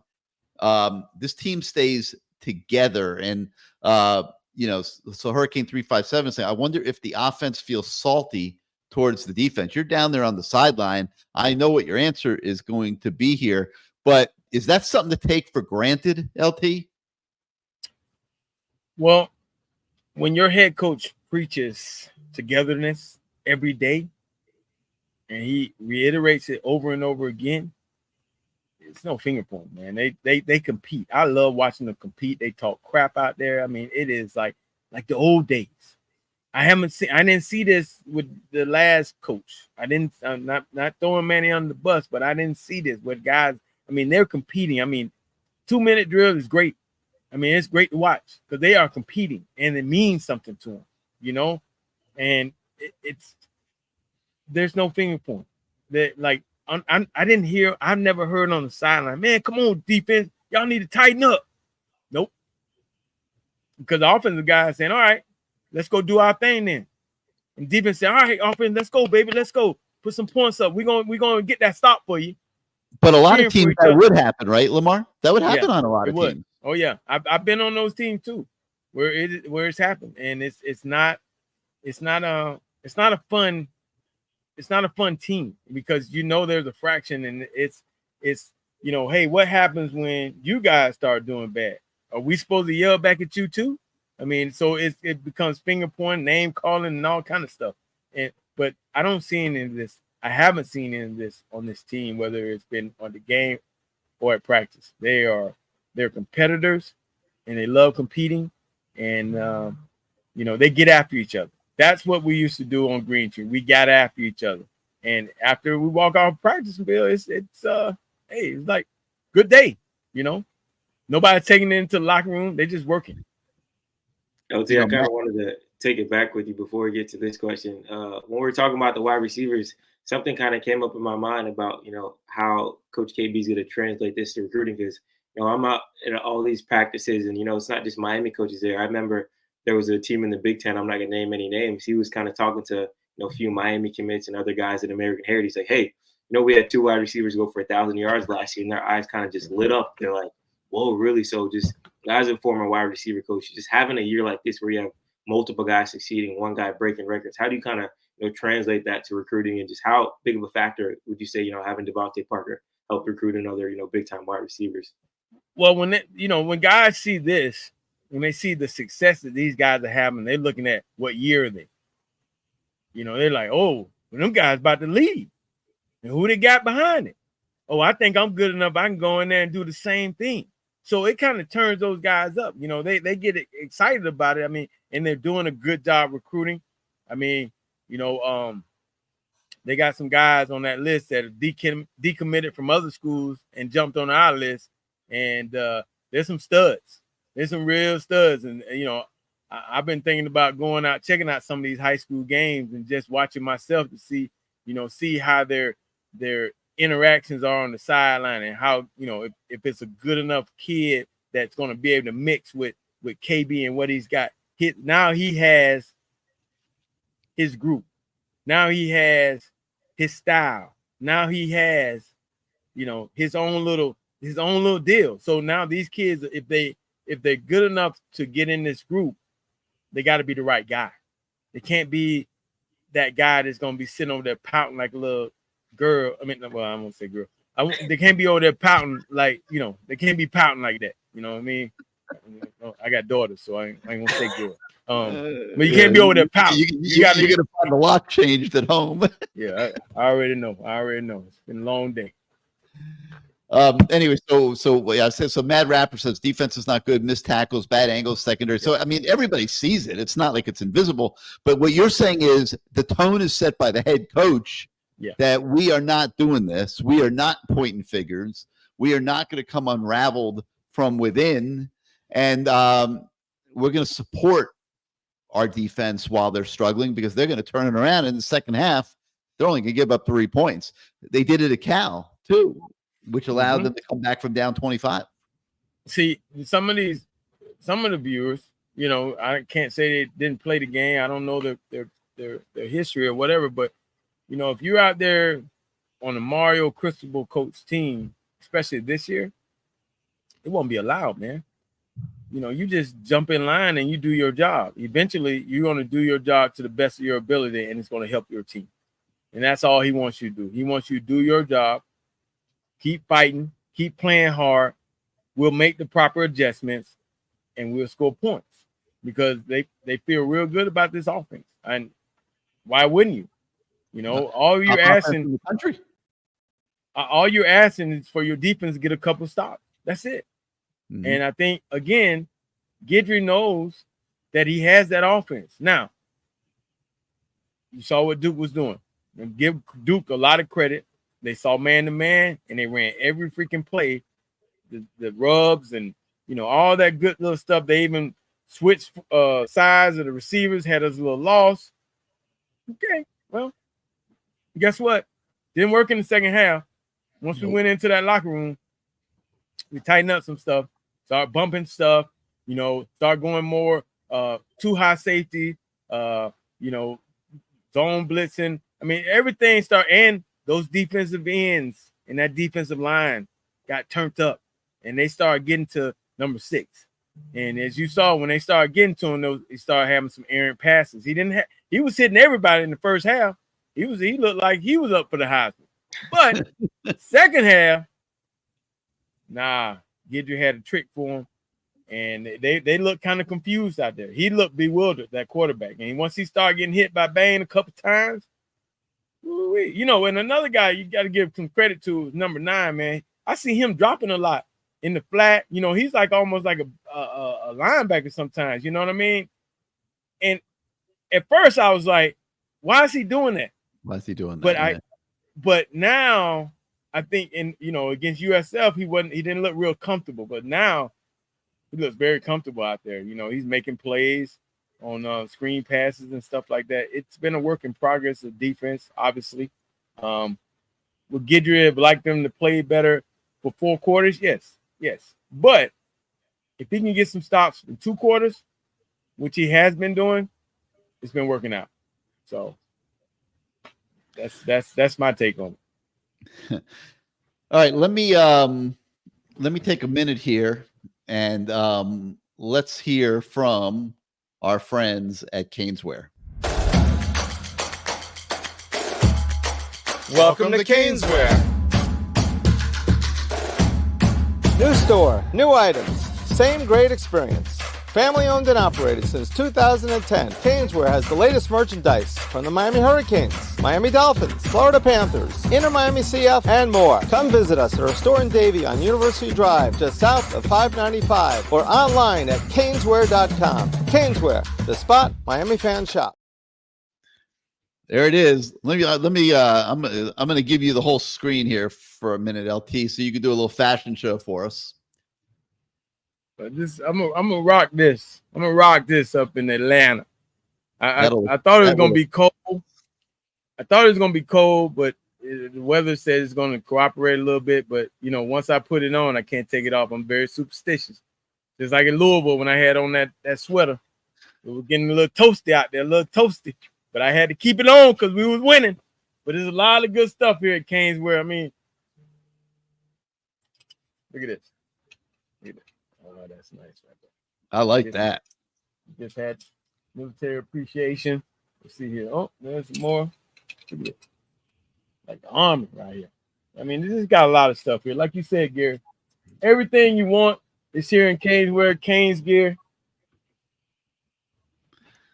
It doesn't matter what you want: a hat, a T-shirt, a jersey, a polo, magnets, anything that has a U logo on it, they have at Caneswear, which is a 2655 South University Drive in Davie. You can shop them 24 hours a day at caneswear.com. You got a good look of the store there behind Lamar. The old school jackets, baby. They got the old school jackets. You remember, you guys might be too young. Actually, you definitely too young. They got the green. They got the green old 2 Live Crew jacket. Really? Man. What? Bam! Woo-hoo-hoo! Boy, I see this on album covers, man. I know about. I'm going to tell you something else they have at Caneswear. Okay, they got the Xavier Restrepo line. Okay, yes, and nobody even knows this. Oh, give me one of them Restrepo shirts. Hold on. Wait. Look at this right here. This that same jacket. It turns inside out. Look at that. Oh, I like that. Ooh, look at this. Look at this too, LT. What's that? It's the Restrepo shirt. Oh, we got a Restrepo shirt. No, it's more. Got this award. And we got this look. They got them all. And they even got Restrepo clothes for the ladies. How about that? Ooh, look at that. They got it all here, and you get to. And you know what else? They might even have Restrepo one day. There's my guy. What's going on, guys? How you guys doing? What's up, X? How are you? We appreciate you coming on tonight. I know you've been busy. We've had a busy night ourselves. My internet was going out, but we had Michael Irvin on earlier. We had Sam Brown Jr. on, and now we have X on. And we appreciate you coming on. You know you were at FCA tonight. I tell people all the time, man, what a good guy you are. You from day one I met you, you've been so awesome, very respectful as far as, hey, can you tell me what I need to work on? I mean, and you just soaked it up, man. Have you always been that way? First of all, I appreciate all the praise. Again, all glory to God. I'm a very, strong Christian, and I mean, I've always been that way, just trying to learn in and out, because I don't know everything, because I'm not the best receiver ever, So any little details or hints I could get, and especially from guys like yourself, Michael Irvin, Santana Moss, some of the guys have done it and dominated at the biggest levels. Not just done it at the biggest levels, dominated at the biggest levels. I'm just super open to learning any, new clues. And it's like I learn something new every single time I talk to you, So just want to say I appreciate you a lot. And I'm glad that we've, cemented this relationship. Yeah, man, you about to make me cry around this thing, dog. Hold on, player. Hold on, player. Hey, man, I've had the chance to meet your family, be around your family. I found out that you play golf on Sundays, man. Yep. That's your relaxation? His whole family plays. I'm a golf addict. Like, I can't live without golf. I think that's the next thing after football that I'm going to try to pursue. I was playing out in San Francisco for the Cal game out at Harding Park, and I'm just riding along there. I ran into your whole family out there. It was so funny. Your mom's driving the golf cart. Your little brother's sleeping next to her. Dad and I don't know who he was with or whatever. They're out there smacking balls. So golf clearly runs in the Restrepo blood. No doubt. I like to say that's my best form of therapy after games, trying to move my body, all the soreness out and stuff like that. So that helps me get up and moving. So I love it. When they showed a clip of your first catch or something against Duke. I think that was your first catch. I mean, you've had so many catches since then. Look, what was Xavier Restrepo thinking after catch number 1? I was super excited.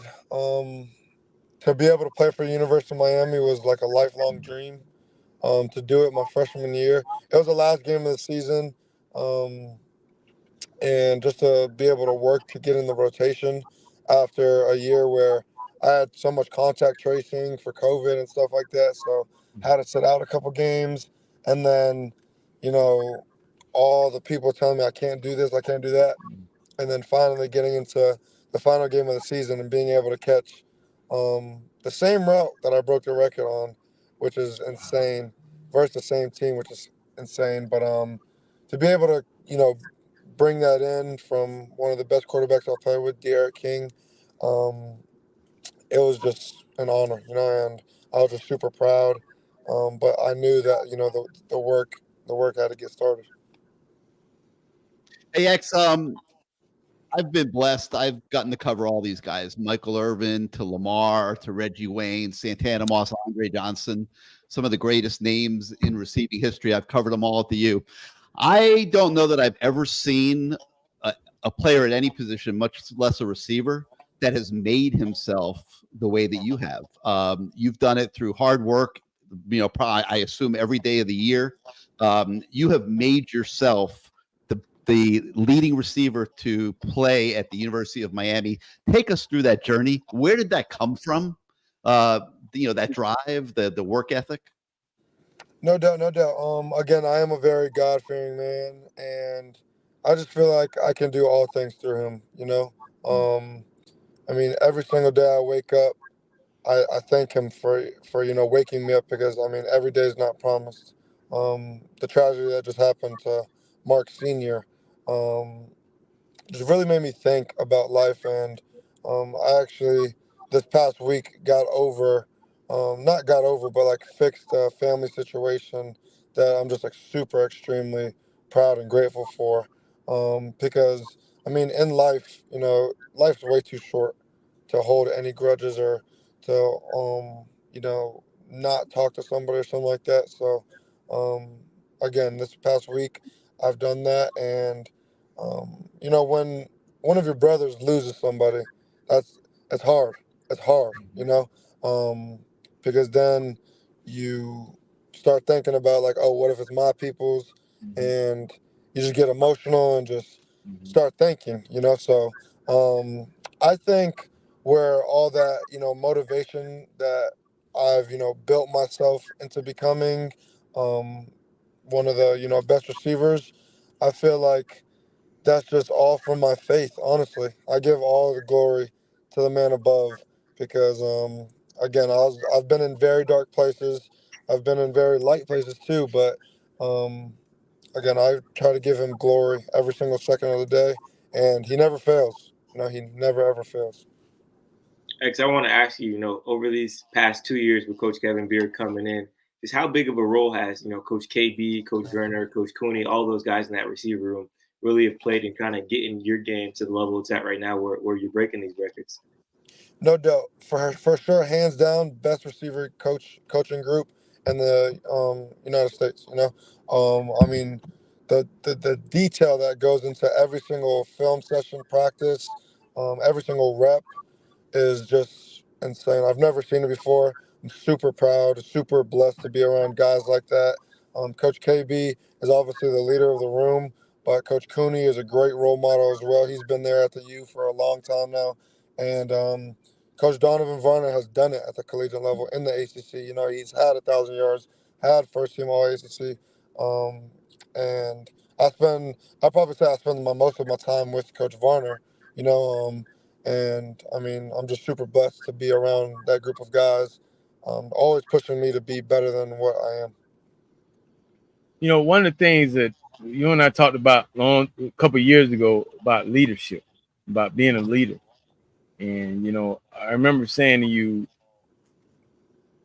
working after practice is going to become contagious. And you just kind of looked at me. And then I started coming, and I started seeing you after practice. You losing? We'll see in a minute. I blacked out for a little bit. I said, becomes better. I talked to him about working out the practice and how. There you go. There you go. And we talked about working out the practice and how it's going to become contagious. And you keep doing your thing, and now I go out there. It's like tons of guys at the practice. You know, when you look back at that moment, it was a whole different group. And now you have a different group and everybody's kind of on the same page. Talk about that a little bit, about the leadership part of it. No doubt. Again, like you said before, or like I said before, I try to get each and every single, clue, detail, tip that I can get from guys like yourself. So when you told me that, I mean, I just took it to a whole another level. And again, I'm gonna keep on saying this over and time again.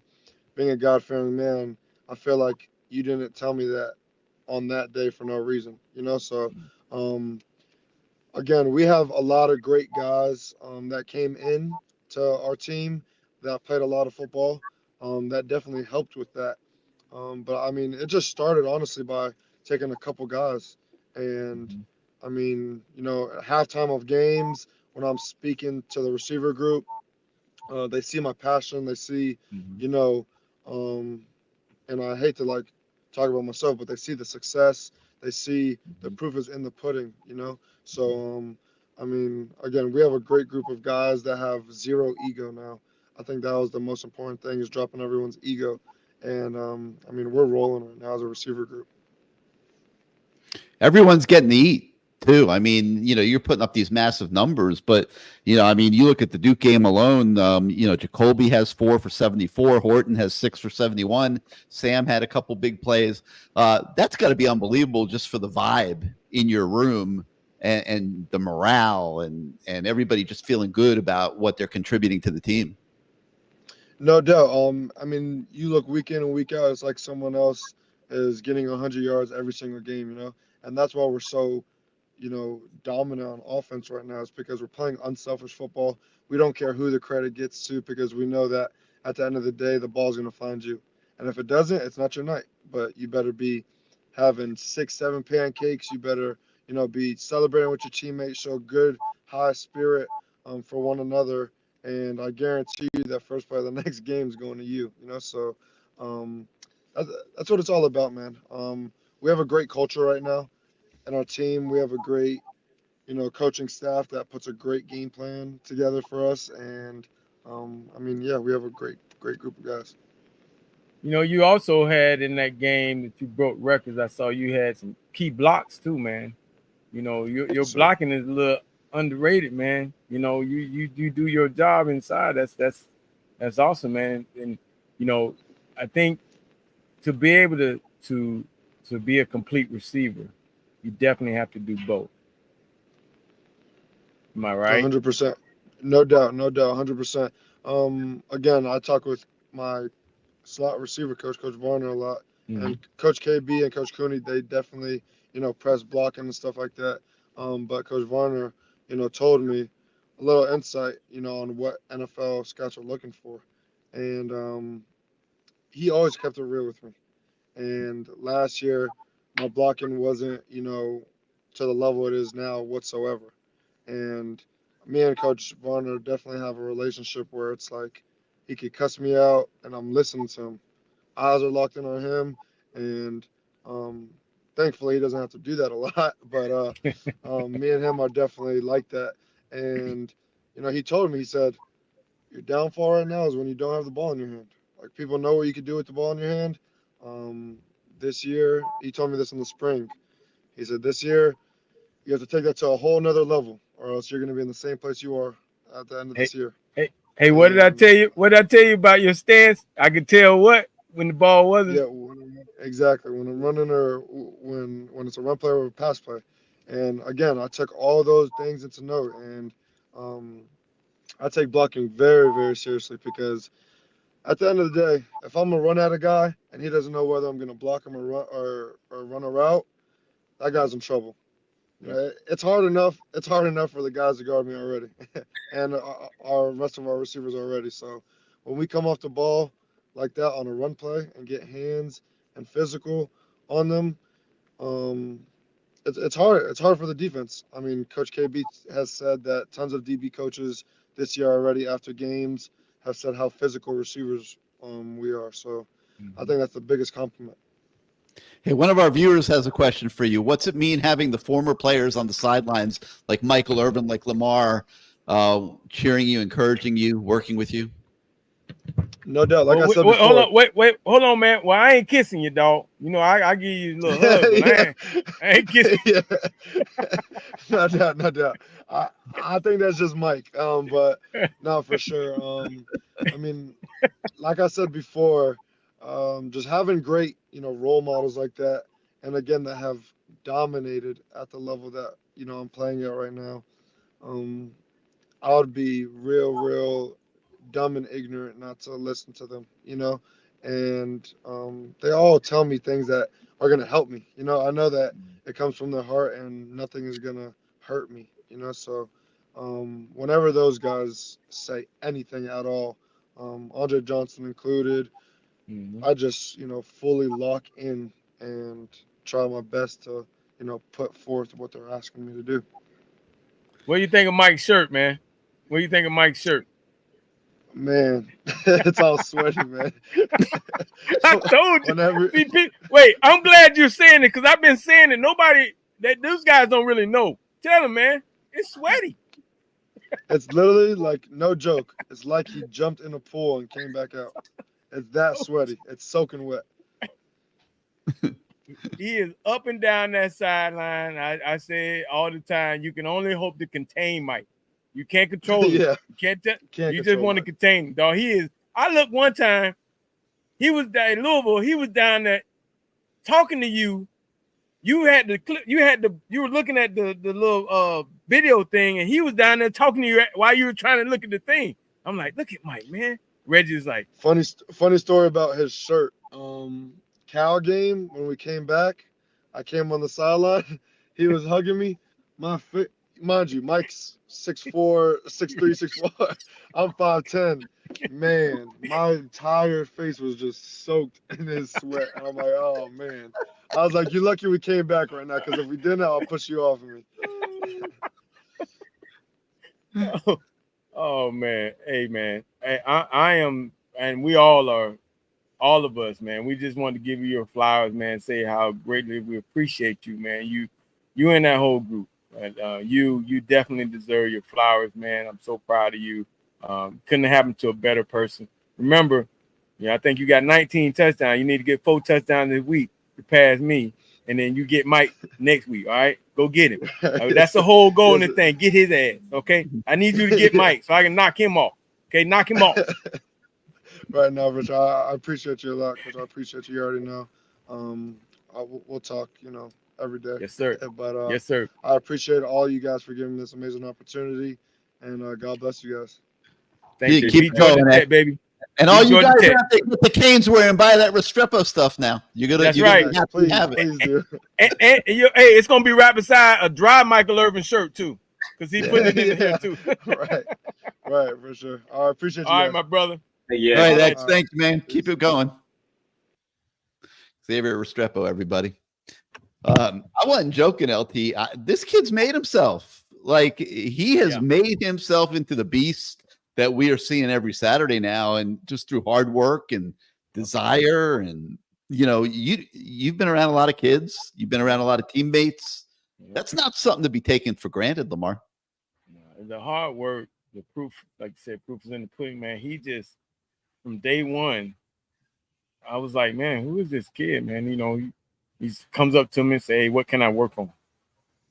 And I was like, you want me to tell you for real? Yeah. So, all right. He said, anytime. I said, all right, I'm gonna be watching. And I mean, it's never been like he looked at me like, man, don't tell me that, or don't. I know he's always just like, okay, I'm gonna work on that. Okay, thank you. And that to me says that he wants to be coached. There are a lot of guys at that position don't like to be coached. They think they know it all, especially the kids today. But it's very refreshing to have a guy like that, because what happens is the rest of those guys, everything becomes contagious. When you're being successful, they're going to say, why is he so good? Is it he's taking coaching from his coach? Is he taking coaching from other people? Is he staying after practice? Is he catching extra passes during practice? I mean, they started to watch. You know, the young kids, they started to watch. I watch those young receivers. I watch them watch him. You know, so it's like they're getting it because they see the greatness and the work that he's put in. And on top of that, he's a great dude. You know, he talked. You know, he came to us after FCA. You know, he has his. You know, he said he can't all things because of God, man. He believes that. And so, with that being said, he's just riding it out, man. He's working hard and believing, and he knows that the guy upstairs is definitely taking care of him. All right, let's go big picture here for a few minutes, guys. And you know, Uncle Bill brings up 2017, and Miami was 10-0 in 2017. That 10-0 to me didn't have the same feel as this 10-0. No, I wasn't drinking the Kool-Aid. I wasn't drinking that Kool-Aid. Yeah, I mean, I was the one that was saying, man, hey, don't believe in that, bro. Yeah, it's still, and there's a lot of similarities though. Like they were winning close games late in the game and stuff. Like you know, we won a couple of those games earlier, and you know, improbable victories when you think you're losing, they're winning. They get 10-0, and I remember it like it's yesterday. They go up to Pittsburgh, and it's Thanksgiving weekend, and they have a big Thanksgiving feast in the hotel up at Pitt. They brought all the families up, a lot of distractions. And they went out the next day against Pitt and were unfocused, sloppy, weren't executing. They played a horrific game. They lose to Pitt. They lose the next game to Clemson in the ACC title game, and then they lose the bowl game to Wisconsin. And poof, just like that undefeated season, Miami's back. Everyone's yelling. We got the number 2 in the country. Just like that, Lamar, it all went away. All right. How does this team avoid that? You know, they got a tough game this weekend at Georgia Tech. It's a dangerous opponent. It's a danger. Yeah. No question. I think, you know, Wake Forest at home, hopefully they'll be okay. But Syracuse in the Dome on Thanksgiving weekend is a dangerous opponent. You know, it might be, you know, I don't know if they're going to be what bowl game they'll be playing for or whatever, but they got a quarterback. They can throw the football. That's a dangerous opponent. How's this team finish it off, Lamar? Well, I think one of the things that's a key in this, Mario says 1-0 each week, and they believe in that. You know, you got to go out and beat your opponent no matter what, no matter how. You got to go and get this win. You know, hey, you might give up some points. You might have a couple of turnovers here and there. The one thing they haven't done is had a lot of dumb penalties, so I appreciate that part of it. But, you know, that other team, they're going to give you everything they have. And these 3 games, they're going to give you their best. Now, if you allow them to play, stay with you, their confidence is going to grow. Georgia Tech, one thing Georgia Tech has, well, 2 things. They have a good O-line and a good D-line, the trenches. They pride themselves on the trenches. So, you know, Mario has reiterated, hey, we got to play well on both sides of the ball in the trenches. They pride themselves on it. They got good skilled players, but we have good skilled players too. So, you know, and he's up for the challenge. He's telling them not to think that we're that great. You just do your job and you'll win this game. You know, it's gonna be some highs and lows as we've seen, but they haven't given up. They're not going to give up. They're going to keep pushing, and that causes them to win these games. And like somebody said, Georgia Tech ain't no slouch. They're not. You're right. They're not a slouch. Now, dangerous. They're dangerous. These next 3 games are dangerous because you're undefeated. You know, and even Wake Forest, you don't know what trick plays they're going to run the first half or the second half. I mean, that's the part of being undefeated towards the end of the season that's hard, man. I've been there a couple of times. It's very hard because that team is going to give you everything, stuff that you haven't even seen on film. They've been saving it for. This is a great opportunity for this team to beat a high-ranked team. So they're going to change some things up, and you got to take the body blows. Sometimes they might even hit you with a punch to the face. But you got to be able to take it and not fall down. Or if you do, you get up for the 8 count, and then you just start winning and they behind. And that's what Miami has done. You look at Duke. That first half, bam, bam, bam. They gave them body blows, start hitting the bam, bam, bam, knocking us down a little bit. We got up. Second half, we came out. We're a whole different team. Now we start throwing haymakers at them. And our haymakers, we're hitting them hard. And so that's the whole thing. You got 3 games left in this regular season. They're going to be tough games, but they're only going to be tough if you don't do what you're supposed to do. They're going to be tougher. So, and Mario is preaching that to these guys. He's telling them, hey, man, they're going to give us everything they got. They ain't going to hold nothing back. But if we go out and do what we know we can do, we'll win this game. We'll survive all their little trickery, and we'll get down to focus, and we'll win the game. I see. How does this team fit the finished business here? As it goes forward. Yeah, it might sound cliche to people outside the building, but I just think you got to buy into that 1-0 mentality because, at this point, you're everybody's Super Bowl, and you got the target, the size of the world on your back right now, and these guys have, been through, a 5-7 season, a 7-5 season last year. Now it's their time to kind of be the bullies, and they've been doing that so far this year, but every single game, you got to go in with that clear mindset, I think. And, it starts up top, whether it be Mario, whether it be, I think, obviously, what Cam Ward does on the field is absolutely amazing. But just his mindset off the field and him commanding these guys and wanting guys to be better, I think is something that kind of, I'm not going to say gets overlooked and taken for granted, but having a leader like that with his type of mindset, because, we said it during the beginning of the show, this guy's different. Who do you know throws an interception like that and then goes in the press conference after the game and says, I'll do it again? Like, he has that much confidence in himself, and I feel like that type of confidence just oozes throughout the team and everybody buys in. So I think just having that 1-0 mindset, sticking to what, got you to this point. I wasn't, covering the Canes during that 2017 season, but, if you have, guys like Lamar that's at the practice that's saying, hey, I'm not buying this Kool-Aid, and, there was definitely something off on this team. I feel like with this year's team, Mario has got it almost to the point where he wants to get this program. I'm not saying, they're where they need to be. They're the perfect program right now, but I just feel like how this team is built, how this team is wired mentally with guys like Xavier, even, a guy that's seen it all, the highs, the lows, and, the highs of the highs. I feel like those are the guys you're going to lean on in these last 3 games of the regular season to power you to the ACC championship and then power you to the playoffs at the end of the day. All right, so all the eyes are on the defense. I mean, it's no secret. That's where the greatest room for improvement is. And, LT, when you watch the defense up and downs and stuff, I flat see a unit that has room to get better. Yeah, I don't think they've peaked yet. I don't think they've come close to peaking. Panhandle Kane. So what's your thoughts about the pass rush? They're running a bunch of stunts. It seems to be very slow in developing. This defense does not look in sync. Their performances are a little uneven, or very uneven. They're coming and going through different stages of games.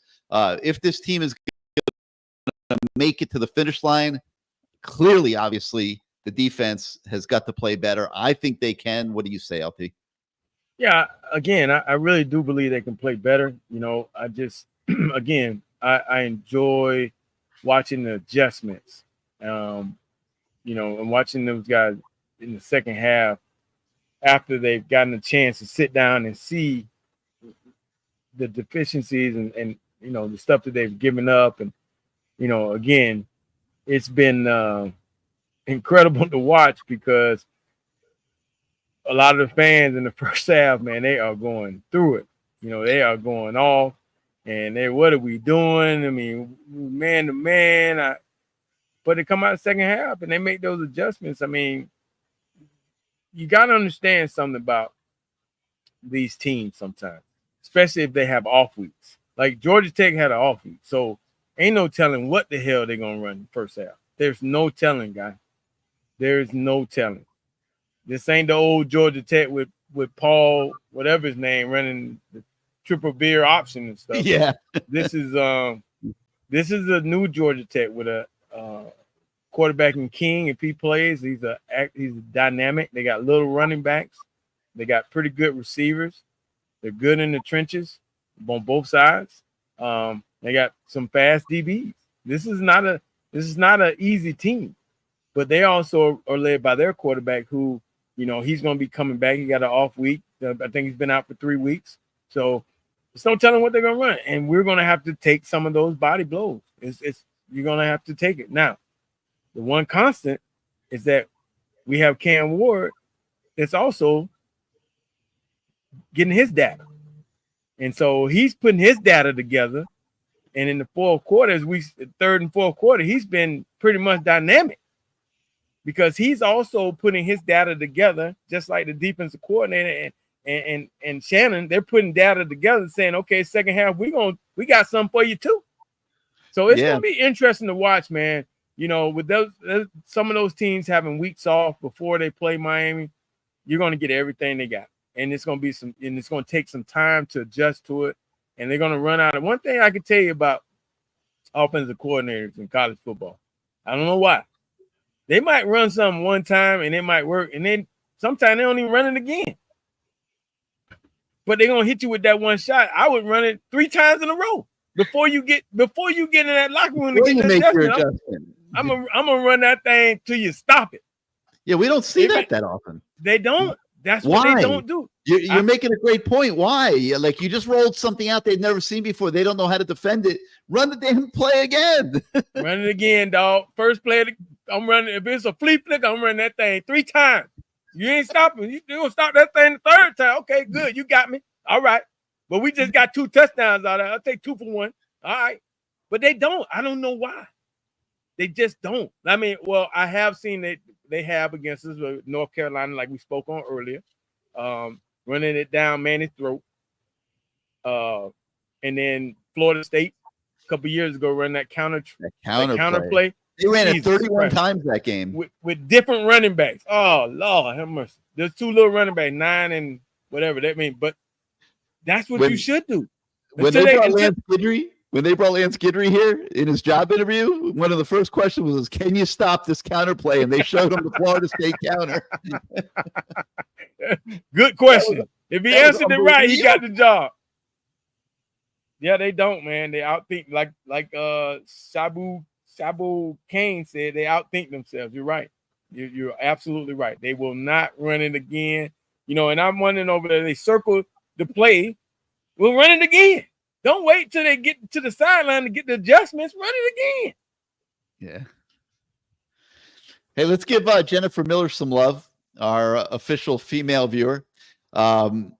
She makes a great point here. The way this team is supporting each other, we hear it when we talk to the kids. You take Mark Fletcher recruiting Damian Martinez, a guy that's going to take reps from him. They're benefiting from the presence of each other, LT. They're fresh. They're not worn down. They're 10 games into the season. They're carrying it like 15 times a game each or so. And they're not banged up. They're not, they are like it's the first game of the season. The residual benefit of being together and not being jealous and not being intimidated by bringing a guy who's as good or better than you to share the position with you. We've seen last year Mark got banged up. It's very refreshing to see these guys latter part of the year, they're still fresh. Like, they look just as good as they did in week 1. Because they're sharing reps, and they're also, and one thing I've noticed, if a guy is in the groove, they let him stay in there. If you notice that in the latter part of the game, who's ever hot, they just kind of let them stay in there. Yes. So they get those carries and they're in the groove of the game. And it's been great to watch, man. Those running backs, they do their thing. Speaking of Fletcher, I meant to bring up to X. He breaks the record and he tells Fletcher that this is for his family. This for is your dad. Yeah, he just broke the record, man. He thinking about a teammate, man. That's some awesome stuff, man. That shows you where this team is. And again, being around these guys, they genuinely like each other. Like, I don't see factions. I don't see they seem like they really like each other and enjoy being each other's teammates. And I see you've been on some teams probably that you know how that thing is, man. Dudes don't like each other and they don't like the coach and just a bunch of crap going on, and you wonder why your record's not that good, right? He's on Team Jennifer now. Look at this one. Hey, shout out Jennifer. I think we met her. Steve and I met her last week. She said she's been watching CaneSport all throughout the years. It's kind of gave me motivation too when she said that in person. I was like, thank you, Jennifer, because I really do appreciate it. And I love meeting everyone in person as well too. But and Gary, it is awesome too. I see you said that people come up to you and say, hey man, I watched you guys show, man. You guys do a good job, man. And it makes you feel good that we're just not sitting here. I'm drinking Mountain Dew all night. People are actually watching and listening to us, man. It makes you really feel good. So, hey, guys, if you see me in the street or you see me at the game, I appreciate you telling me. Keep it up, and tell your friends that we're here on Wednesday nights, and you never know who's going to show up on our show. That's like tonight. We had 3 superstars on the show tonight, boy. Woo, I mean, besides IC. We had 4 then, you know what I mean? We got to get Michael back for when he's not catching a plane. He's so awesome. One thing I want to say about the defense, and we talk about potential and how, and yeah, they got to get better. They have to. Right. If the team is going to fulfill goals here, and they haven't accomplished anything yet. The goals are coming ahead, but they're coming fast. Mm-hmm. Lamar, you were out there in training camp. When we watched these guys, like there were days, like we're talking about the number 1 offense in the country that is evolved here. There were days out on that practice field where that offense couldn't do anything. So this defense is capable. They're capable without question. They have not even scratched the surface of what they can be. You agree? Gary, you're definitely right about that. I mean, I see we shaking his head too. We saw those days where we're like, damn. The defense is pretty good, man. They're dang good. They were doing some things. But the fact is that we see it in spurts. And you see them at times make some hella plays. Obviously, we see them make some bad plays. But we see them, for the most part, making good plays when they need to get stops. You think about what they've been able to do in the second half of ball games, man. USF, they had their offense was dynamic too. They pushed the envelope. They kept you on the field, and we made the proper adjustments. Cal, we made the proper adjustments. Virginia Tech, adjustments. I mean, it's been ongoing. Florida, it really wasn't too much of adjustment to be made. We just totally kicked their behind. But after that, I mean, besides FAMU or whatever, it's been where teams are going to draw up some good stuff. And Gidry has done a great job in the second half, him and Jason and the rest of that defensive staff, of really changing things and making those proper adjustments and getting some stops in the second half, because they know that our offense can score points and will score points. So it's been a great match, the offense and defense. And I think they are going to get better. They have gotten better.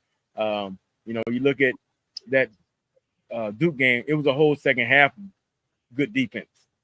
It wasn't just like it was the third quarter or the fourth quarter. It was a good half of defense, and Gidry can smile on that because they were able to get some stops. I think it really surprised Duke. I really did, because they were like, wait a minute, we were just doing what we wanted to do, and now we can't do anything. Those interceptions, the fumble, it was great to watch that second half of the defense job that Gidry did in the second half. Yeah. All right, I see we're about out of showtime here. Before we let you go, any parting thoughts as Miami heads to Atlanta? All right, let's get my little IC scouting report in. If Haynes King plays, I think it'll be a good game. If Haynes King does not play, it's going to be a complete blowout. That offense is absolutely atrocious when he's not playing. The 2 games he hasn't played, quarterbacks have thrown 4 interceptions to 1 touchdown. The running back's a little bit banged up right now too. Offensive line is great. Defensive line is good, but not as good. And I just think if he's there, it's a complete different game. If he's not there, take Miami by the spread, whatever, throw your savings on it. If not, if it doesn't work out, don't ask me about it. I'm gonna be gone, but Cane's buying me on this weekend. So excited to see what those guys do. Another tough test on the road. Last time they were in Georgia Tech, Ja'Cory Brown had that big game. So hopefully there's another big game for the Canes in store this weekend in Atlanta. I think we're going to see Haynes King. I don't know, man. I think maybe they said they making us have to work hard and scouting and something. I don't know. Maybe, playing a little possum to make you spend 2 hours of practice trying to work on Haynes King's plays. Maybe not. It's gonna be interesting to see, but their coach has been a little coy about it, so we'll see what happens. I'm with you, IC. If he plays, they're a different team. Yeah, no doubt. If he doesn't, look out, buddy. All right, IC. We'll see you next week. Thank you, guys. All right, Montreal Expos. Montreal Expos. Oh, wait a minute. I hit the wrong button there. They love his hats, man. They love his hats. All right, before we get to word association, I do got to clean something up for one of our listeners here. There used to be a guy that used to call our shows named Ross, and he used to say Gary. Ian, I don't know what's happened to that guy. I mean, I'm like literally worried about what's happened to that guy. He has been gone for 2 years. I mean, I hope he's still alive. I have his number. I've tried to call him. He's a legend. I mean, he's a legend. But I don't know. I honestly don't know what's happened to him. But he has disappeared, literally. So maybe hopefully he resurfaces one day. All right, LT. Let's finish this off in word association style. Heck, we just mentioned them. We might as well start there. Haynes King. Yeah, different ball game with this guy. He's a hell of an athlete. Great thrower at football. He's a good quarterback. But if he's not playing, they're in trouble. But if he is playing, defense is gonna have to try to figure him out. And if the guy's coming off an injury, our guys, you got a guy that's an athlete back there. He's gonna run the football. He's gonna take some hits, and that could be something where they might try to keep him in the pocket a little bit to not get him hit as much. But they're a different ball club when he's in there. So it's going to be interesting to see how this thing works out, especially in the second half. All right, let's do something a little different here. How about the Miami running game?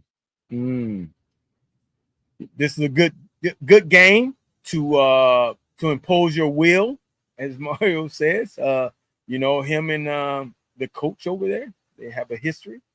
They both are line guys, so there's going to be some running between the tackles. Put it that way. I really believe that Mario is going to try to run the football on his what do you call it? It's his old coaching mate. His old coaching mate. Yeah, he's going to try to run the football a little bit. He knows he can throw the ball, but I think having that success last week too, running the football. It opens up the pass. I truly believe that it really does open up the pass, and it gives you those play action passes like we were hitting across the middle, all that, because they do a lot of RPO stuff, and they don't mind giving the ball off either. And that's the thing, because when they give it off, those guys are coming downhill, and I think our running game is going to be very good this weekend. Okay, well, I don't care what the game plan is. I don't care what the running game's doing this weekend. There is no way in hell with plus 200 in the Heisman odds and being right there to win the freaking Heisman Trophy and what that would mean going forward. I don't know that Cam is going to allow my money's on Cam Ward to audible out of a few of those running plays that might get signaled in, and we'll see. We'll see what happens. You mean like on the last play he was in? Yeah. I don't know, but we'll see. I'll believe that when I see it. But hopefully they run enough plays where everybody gets to eat a little bit. You mentioned him. Let's go. Brent Key, Georgia Tech head coach. Knowing the backstory to this whole thing, they work together. And for them to be able to win that game where unfortunately we lost at home, he probably feels like, he has a little bit on Mario. Well, I'm sure he's having a little sleepless nights right now because this ain't the same Miami team that This he was able ain't the to. same Mario coming to Atlanta this week. This ain't the same Mario that's coming in. So Brent Key, he probably having a little sleepless nights right now. Man, they're an entirely different team than they were last year. Hey, so all the way down, Mario's got his checks and balances right there next to him on the sideline the whole game. But he also is a guy that prides himself on D-line and O-line. So it's going to be some, in between the tackles, running game. Might be a quick game. Oh, well, I take that back because we definitely going to throw the ball. You're right. I was going to say it could be a quick game, but we're going to throw it some too. We're going to throw it. But, yeah, Brent, but I think he knows that. He said, man, they're going to run the ball, but they're going to throw it too. So we know it's coming. It's coming. It's coming, Brent. It's coming. Yeah, but let me tell you, if they're executing at the level that they were executing at the other day in the second half, I mean, the preciseness of the routes, the timing of the throw, the ball placement, all that coaching that Xavier was referring to. Mm-hmm.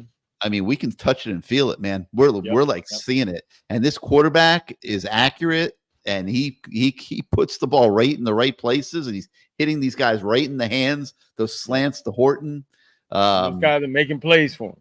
You could throw against anybody when you're executing at that level of efficiency. That's true. All right, let's finish it off with Mario Cristobal. Mario, great opportunity for you. Hey, we're not going to talk about a couple years ago. And I think it's in the back of his mind, hey, we're a whole different team, and he knows it. And I think he's going to let Brent see it and give it to him because that was a very disappointing loss. And I know it still bothers him a little bit. And so with that being said, his focus is really on these guys right now, understanding that 1-0 each week. Also, all that poll stuff, it'll take care of itself if you continue to win. And that's pretty much his message. Hey, we have to do our job. Don't get caught up in all that poll stuff.